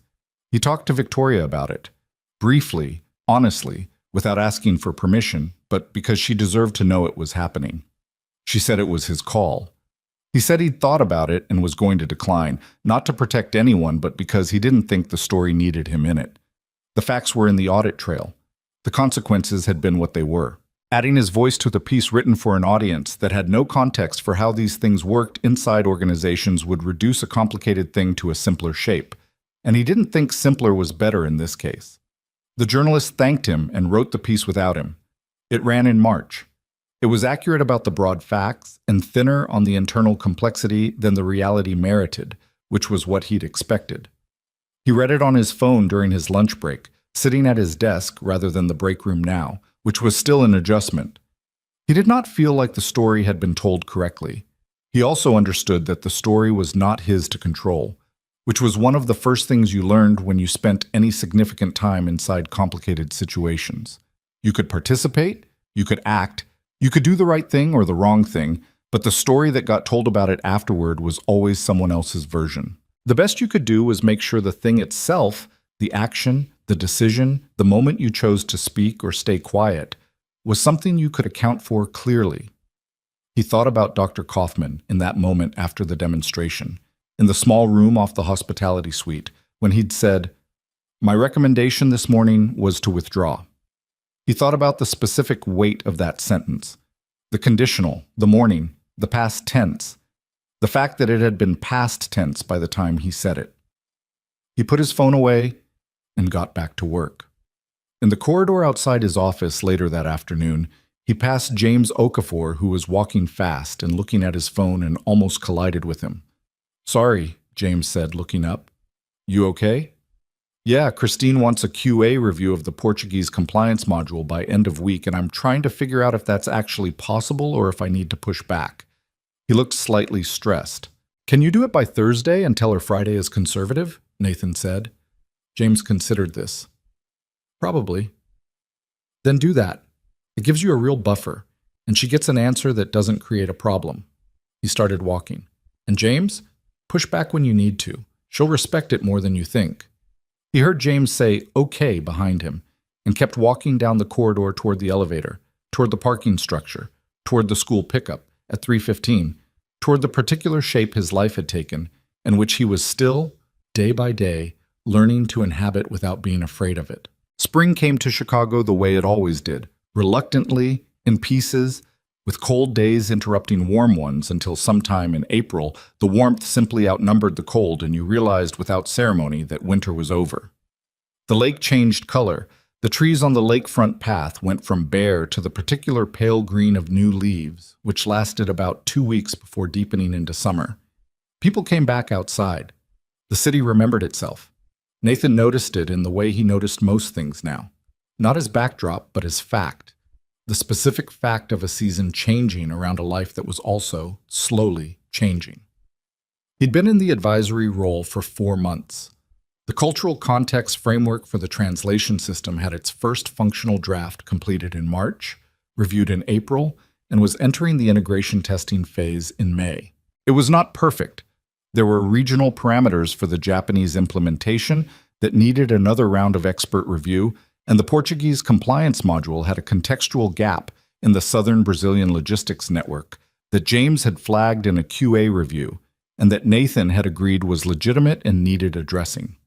But it was real, and it was working, and when he sat in the integration testing sessions and watched the system process routing instructions in the correct cultural register for the correct business context, he felt something he hadn't expected to feel about a piece of software, something close to satisfaction. The specific kind that comes from building something that was actually needed.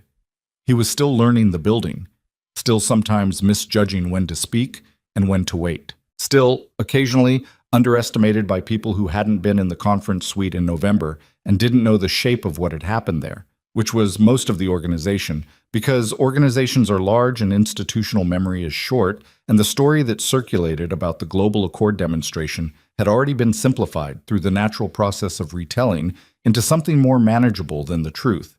He'd heard a version of it in the cafeteria in February where his name wasn't mentioned at all, and the crisis had been resolved by the technical team.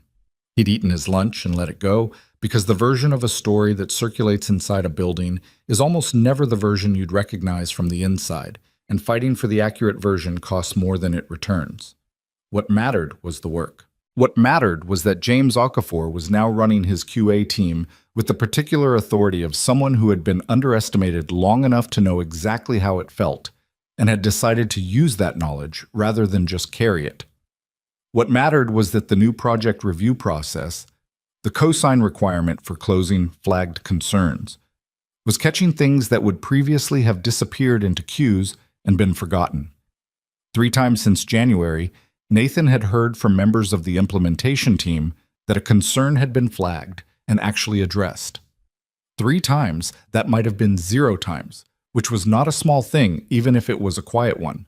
What mattered, at 3:15 every weekday, was Lily. Her 7th birthday came in March, on a Saturday, and they celebrated it with a small group of her school friends at the Natural History Museum's Bird Hall because she had requested birds, and the museum had a whole hall dedicated to them, and the hall had a working model of migratory flight patterns that Lily had described as the best thing she'd ever seen the first time he'd taken her, which was 3 years ago, and her position had not changed.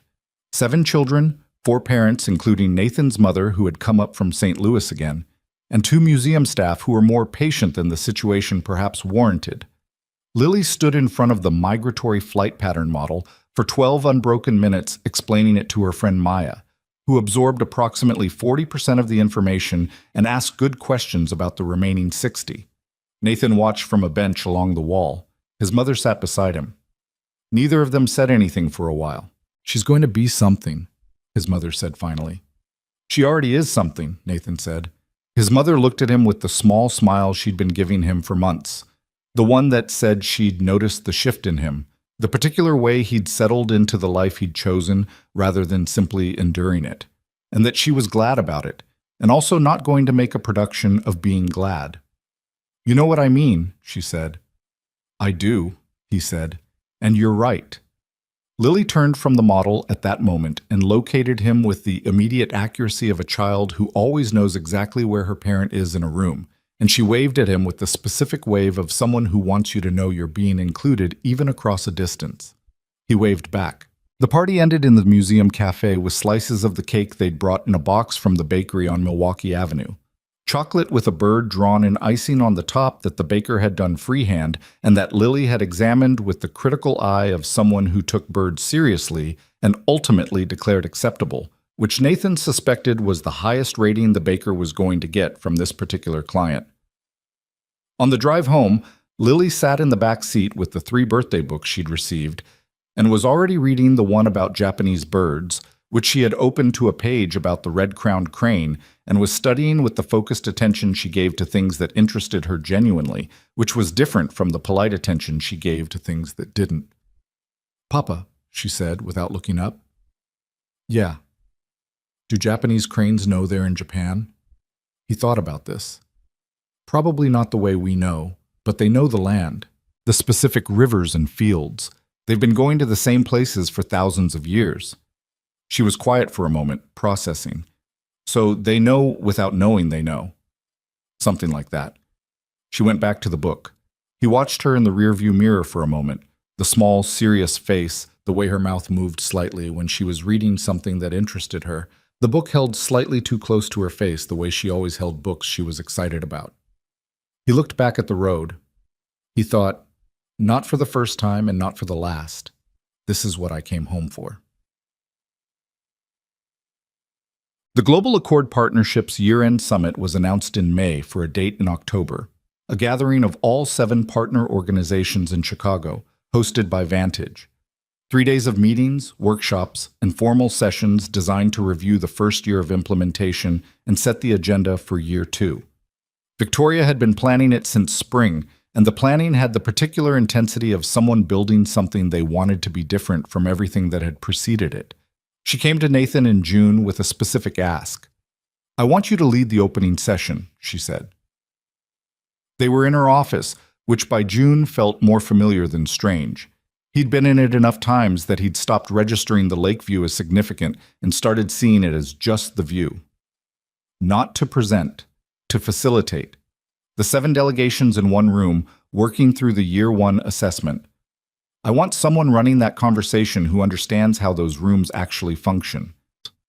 He looked at her. That's a significant session to hand to someone who's been in this role for 7 months. I know. I'm not saying no. I'm saying you should think about whether it's the right call. I've thought about it, she said. You're who I want. He was quiet for a moment. He thought about November. The east wall, the AV station, the orange badge. He thought about standing up in a room that had no expectation of him and speaking into a silence that should have held him. He thought about Dr. Kaufman's hand extended across a small table in a side room. "Okay," he said, "but I want to spend time with each delegation lead before the summit. Individual conversations. I need to understand where each organization is in the implementation before I can facilitate anything, honestly." "Done," Victoria said. "And I want James Okafor in the room, not presenting, observing. He should see how these things work from the inside." She looked at him for a moment with an expression he recognized, the recalibrating look, the one that moved slightly upward. "I'll arrange it," she said. The individual conversations happened over July and August, via video call for most of the international delegates in person for the 2 who came to Chicago on other business during the summer. He spent 45 minutes with Dr. Kaufman on a video call in late July, and the conversation had a different quality than their first one. No crisis underneath it, just two people who had been through something together, now talking plainly about what the first year of the partnership had actually been versus what it was supposed to be. Dr. Kaufman had opinions, several of them critical, and he expressed them in the precise, measured way of someone who had learned that honesty delivered cleanly was more useful than honesty delivered carefully. Nathan wrote down what he said and did not soften any of it in his notes. The Arabic delegate, Dr. Amina Khalil, whose name he'd known for months, but who he'd addressed only by title until she told him, in their June video call, to use her given name, was the most candid of all of them. She told him that the cultural framework corrections in the system had been noticed and appreciated, and she told him which ones still weren't quite right, and she explained why in terms that were specific enough to be actually useful, which he also wrote down. He built a full picture of where the partnership actually stood, not the version in the quarterly reports, which were accurate in the way that quarterly reports are accurate, which is to say they captured what happened without fully explaining why. The real picture was more complicated and more interesting.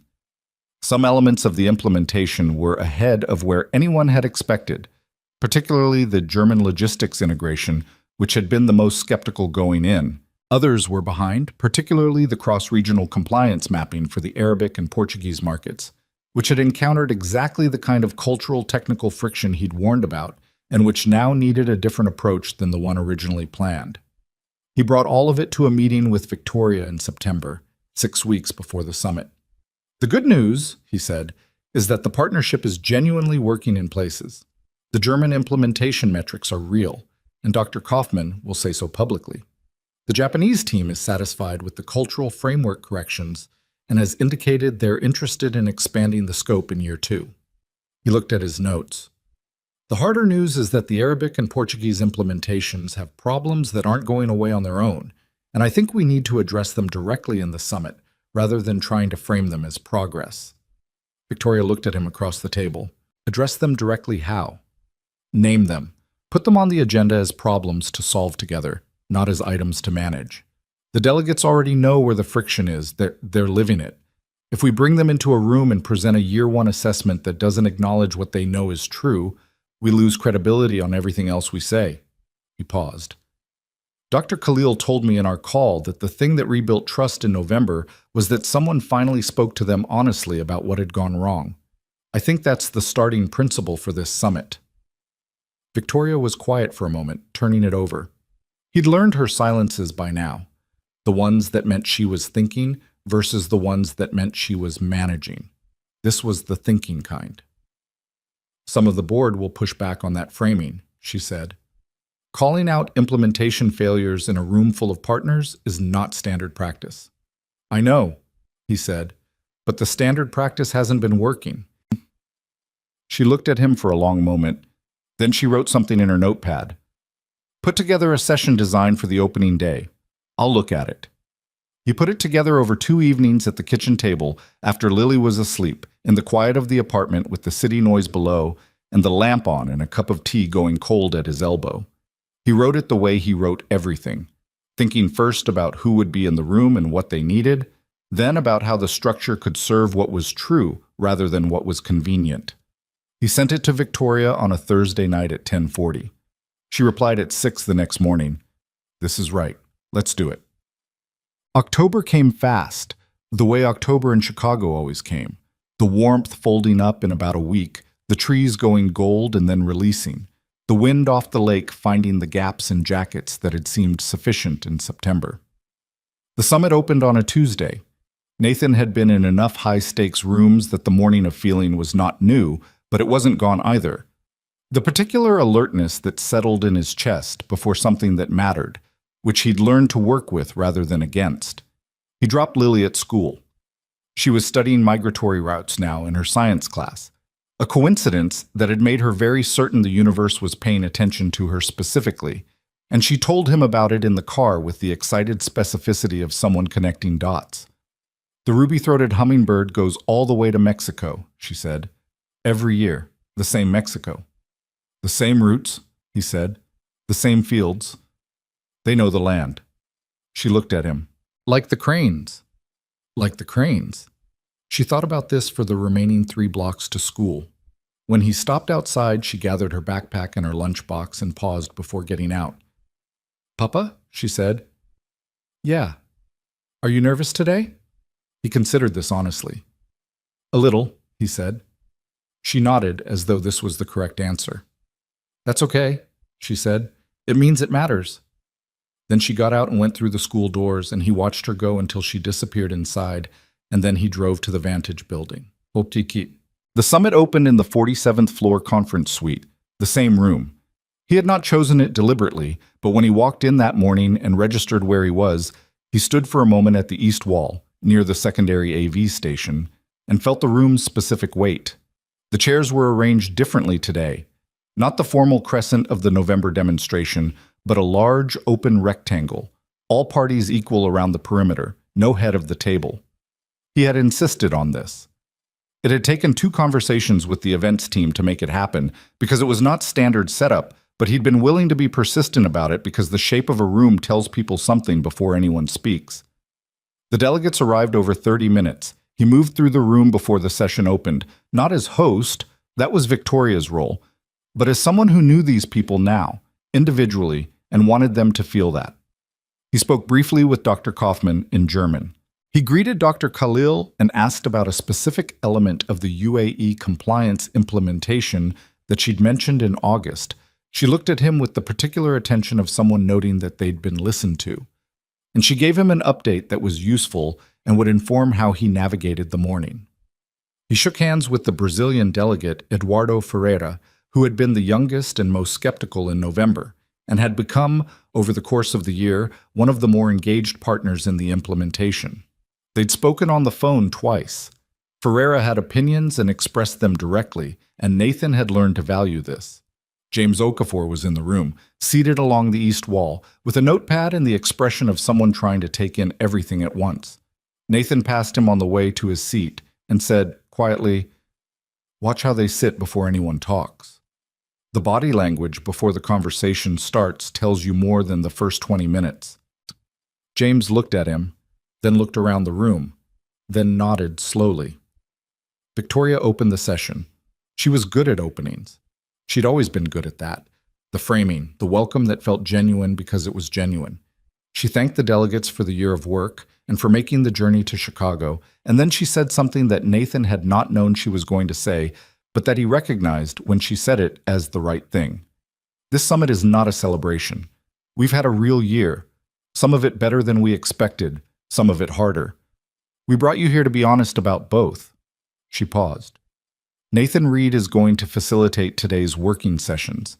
He is the person who, in this room almost exactly a year ago, was the only one who understood what you needed. I trust him to run this conversation for the same reason. He felt the room shift slightly.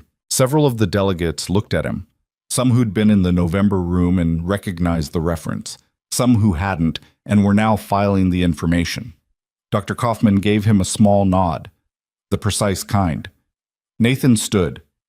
He didn't start with a presentation or a framework or a summary of the year's metrics.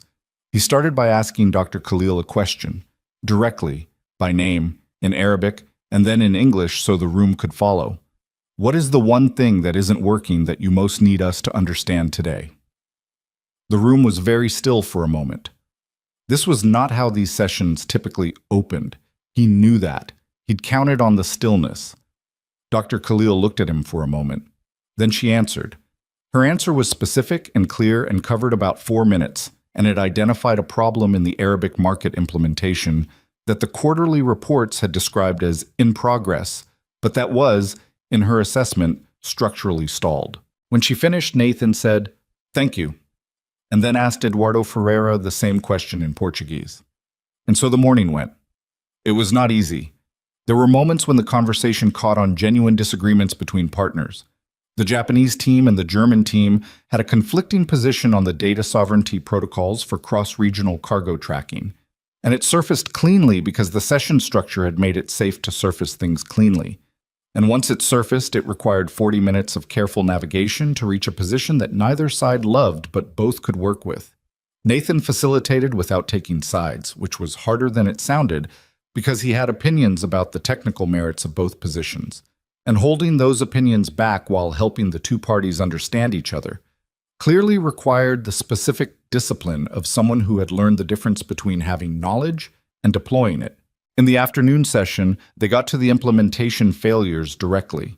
Nathan put them on the whiteboard, the two major ones, named plainly, without hedging language. The room was quiet when he wrote them. He turned and looked at the delegates. "These are real problems," he said. "We're not going to solve them today. But I'd like to spend this afternoon on what we actually know about why they happened, because I think if we're honest about that, we can build a year 2 plan that has a real chance." Dr. Khalil said, "I appreciate the directness." The German delegate behind Dr. Kaufman, a younger woman named Sarah, who had been in the November room and had been in several of Nathan's individual calls, said, "In our experience, this kind of conversation usually happens after the partners have left." "I know," Nathan said. "It shouldn't." The afternoon ran 40 minutes past the planned end time, not because the session had gotten out of control, but because it had gotten genuinely productive, which is a different kind of running over. Nathan called the final break at 5:40 with a summary of what had been decided and what remained open, and the room that had been slightly formal and watchful at 9 that morning felt different now. Not resolved, not without tension, but honest. The honest version of a complicated situation is almost always harder to be in than the managed version, and it is almost always more useful. Dr. Kaufman found him during the break near the coffee station. "You run a room differently than most people who run rooms," he said. "I had good teachers," Nathan said. "Who?" Nathan thought about this. He thought about 8 years in negotiation rooms. He thought about a woman named Ellen who had been better at listening than anyone he'd ever met, and who had taught him, mostly by example, that listening was not passive.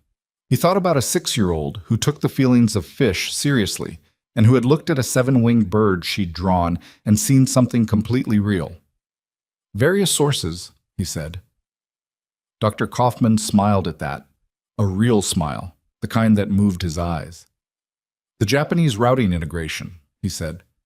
"The corrections your team made in the spring. Our logistics partner in Hamburg called me specifically to say the system was finally reading correctly. It's a small thing." "It's not a small thing," Nathan said. "No," Dr. Kaufman agreed. "It isn't." Damn. The summit's closing dinner was on the 3rd evening, in a private dining room in a restaurant 2 blocks from the Vantage building. Nathan had not planned to attend. It was a social event, not a working session, and social events had always sat slightly uncomfortably in the part of him that preferred rooms with a clear purpose. But Victoria had asked him directly, in the particular way she asked things when she meant them as more than professional courtesy, and he'd said yes. He sat between James Okafor and Eduardo Ferreira, which was a combination he hadn't anticipated, but which turned out to work well because Ferreira was forthcoming and James was a good listener, and the conversation covered the year 1 implementation, the fish feelings question, which came up because Ferreira mentioned his daughter's science project, and a digression about the best coffee in Sao Paulo versus the best coffee in Chicago that lasted through most of the main course and reached no conclusion. Across the table, Victoria was deep in conversation with Dr. Khalil.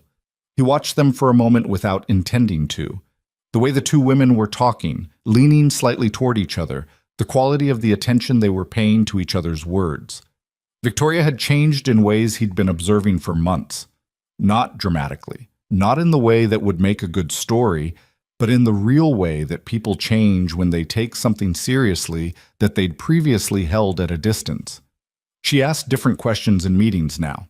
She paused longer before making decisions that affected people below her own level of the organization.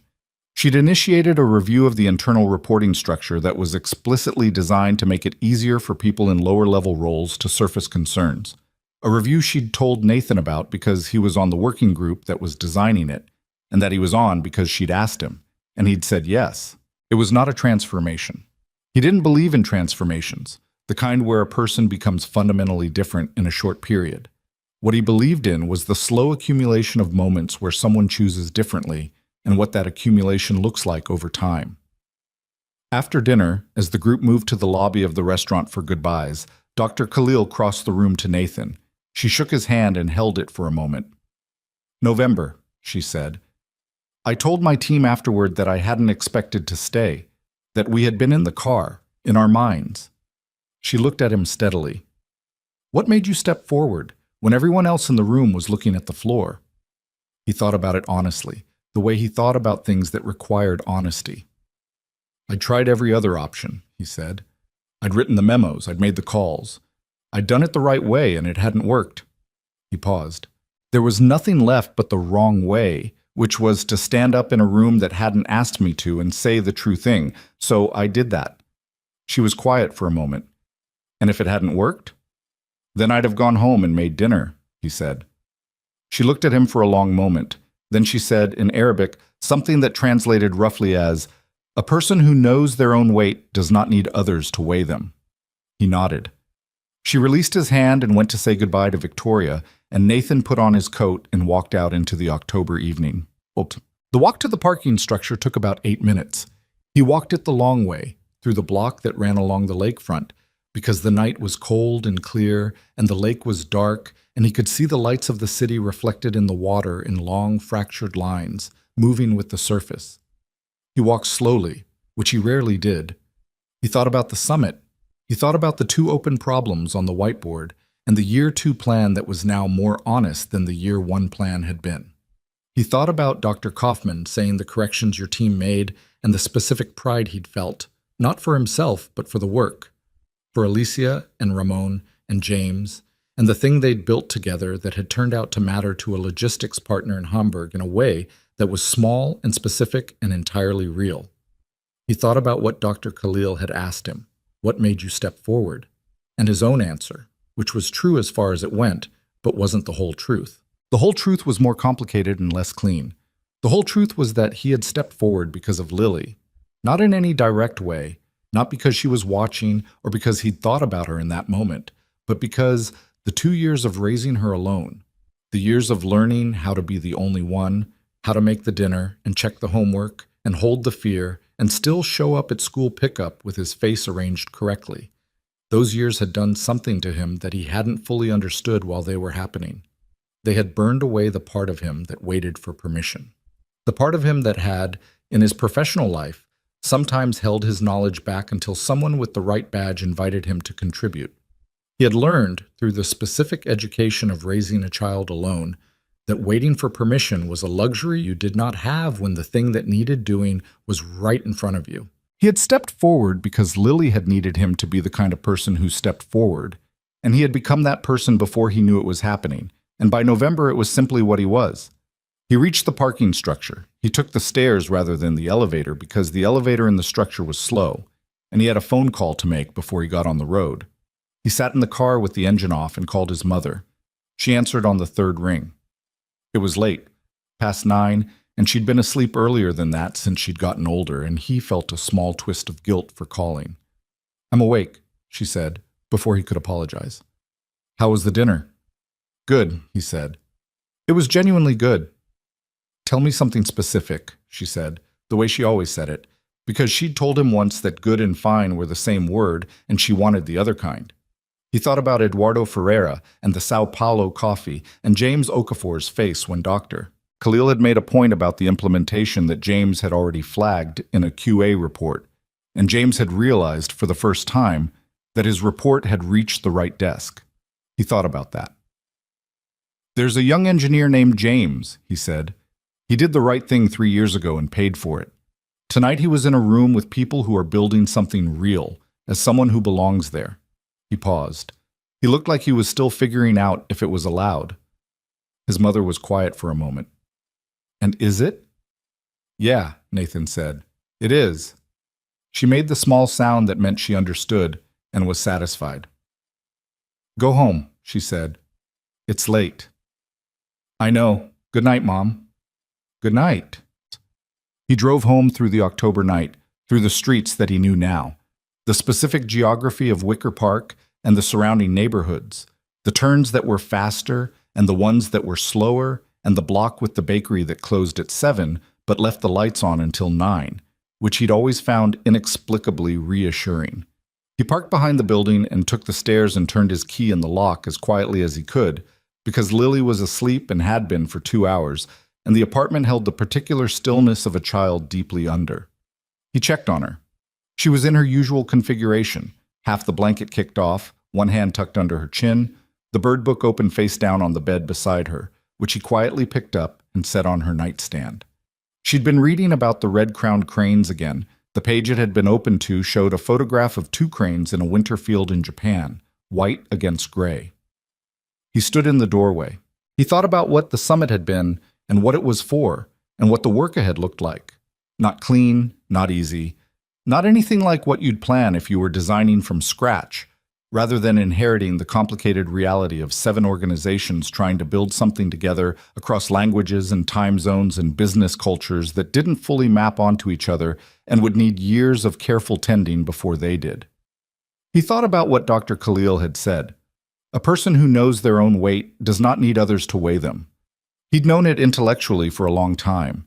The knowledge had lived in his head long before it settled into his body. The settling had taken everything that had happened. The loss, the starting over, the memos nobody read, the orange badge, the November room. All of it had been part of the settling, which he hadn't known while it was happening because you never do. He turned off the hallway light and went to bed. In the morning, Lily woke him at 6:47 by standing silently beside the bed until he registered her presence, which was how she always did it. She had never understood the logic of waking someone by making noise when standing quietly worked just as well and was considerably more interesting as a strategy. He opened one eye. "The cranes in Japan," she said. "Do you think they dream?" He considered this with the seriousness it deserved, which required approximately 10 seconds and the sacrifice of being fully awake before he was ready. "I think they might," he said. "What do you think they dream about?" She thought about it. "The roots," she said. "The fields they're going back to. The rivers they know." She paused. "The ones they've been before but haven't gone back to yet." He sat up. "That's a good answer," he said. "I know," she said, with the equanimity of a child who had thought carefully and arrived at the correct place. "Do you want eggs?" "Sure," he said. "I'll get them," she said, and went to the kitchen. And he heard her open the refrigerator with the small effort of a child who was not quite tall enough for this to be easy, but was not going to say so, and the sound of eggs being located and removed, and then a brief pause before she said, "Papa, how many?" "2," he called back. "Okay," she said. He sat on the edge of the bed for a moment, in the particular morning light of an October in Chicago, which came in low and gold through the gap in the curtains and fell across the floor in a long rectangle that was warmer than the air. He could hear the city starting up outside, the early traffic, the faint sound of someone's radio in a neighboring apartment, the particular rhythm of a morning that was going to be ordinary and was therefore going to be fine. He got up, he went to the kitchen. His daughter was standing on her step stool at the counter, holding 2 eggs with the focused, careful grip of someone who had been told exactly once what happened when you dropped them and had no intention of finding out firsthand. He stood in the kitchen doorway and watched her for a moment, and he thought, "This is the whole of it. This is the thing that none of the rooms understood and none of the titles captured and none of the memos could contain. This specific child in this specific morning carrying eggs across a kitchen with her whole body committed to not dropping them. Everything else, the summit, the framework, the partnership, the vindication, all of it, was what he'd built around this. The scaffolding for the thing that mattered. And the scaffolding was good work, real work he was proud of. But it was never the point. She made it to the bowl without dropping either egg. She looked at him with the expression of someone who had executed a difficult task under pressure. "Good job," he said. "I know," she said. He came to the kitchen and cracked the eggs properly, and they made breakfast together in the morning light. And outside the window, the city went about its enormous ordinary life, full of people who were invisible in rooms and rooms that didn't know what they were missing. And that would always be true, and it would always need changing, and the changing would always be slow and imperfect, and done by specific people in specific moments who decided, for whatever reason that lived in them, that the true thing needed saying. He made the eggs. She set the table. They sat down and ate. That was the whole of it, and it was enough. More than enough. It was, by any honest measure, a life.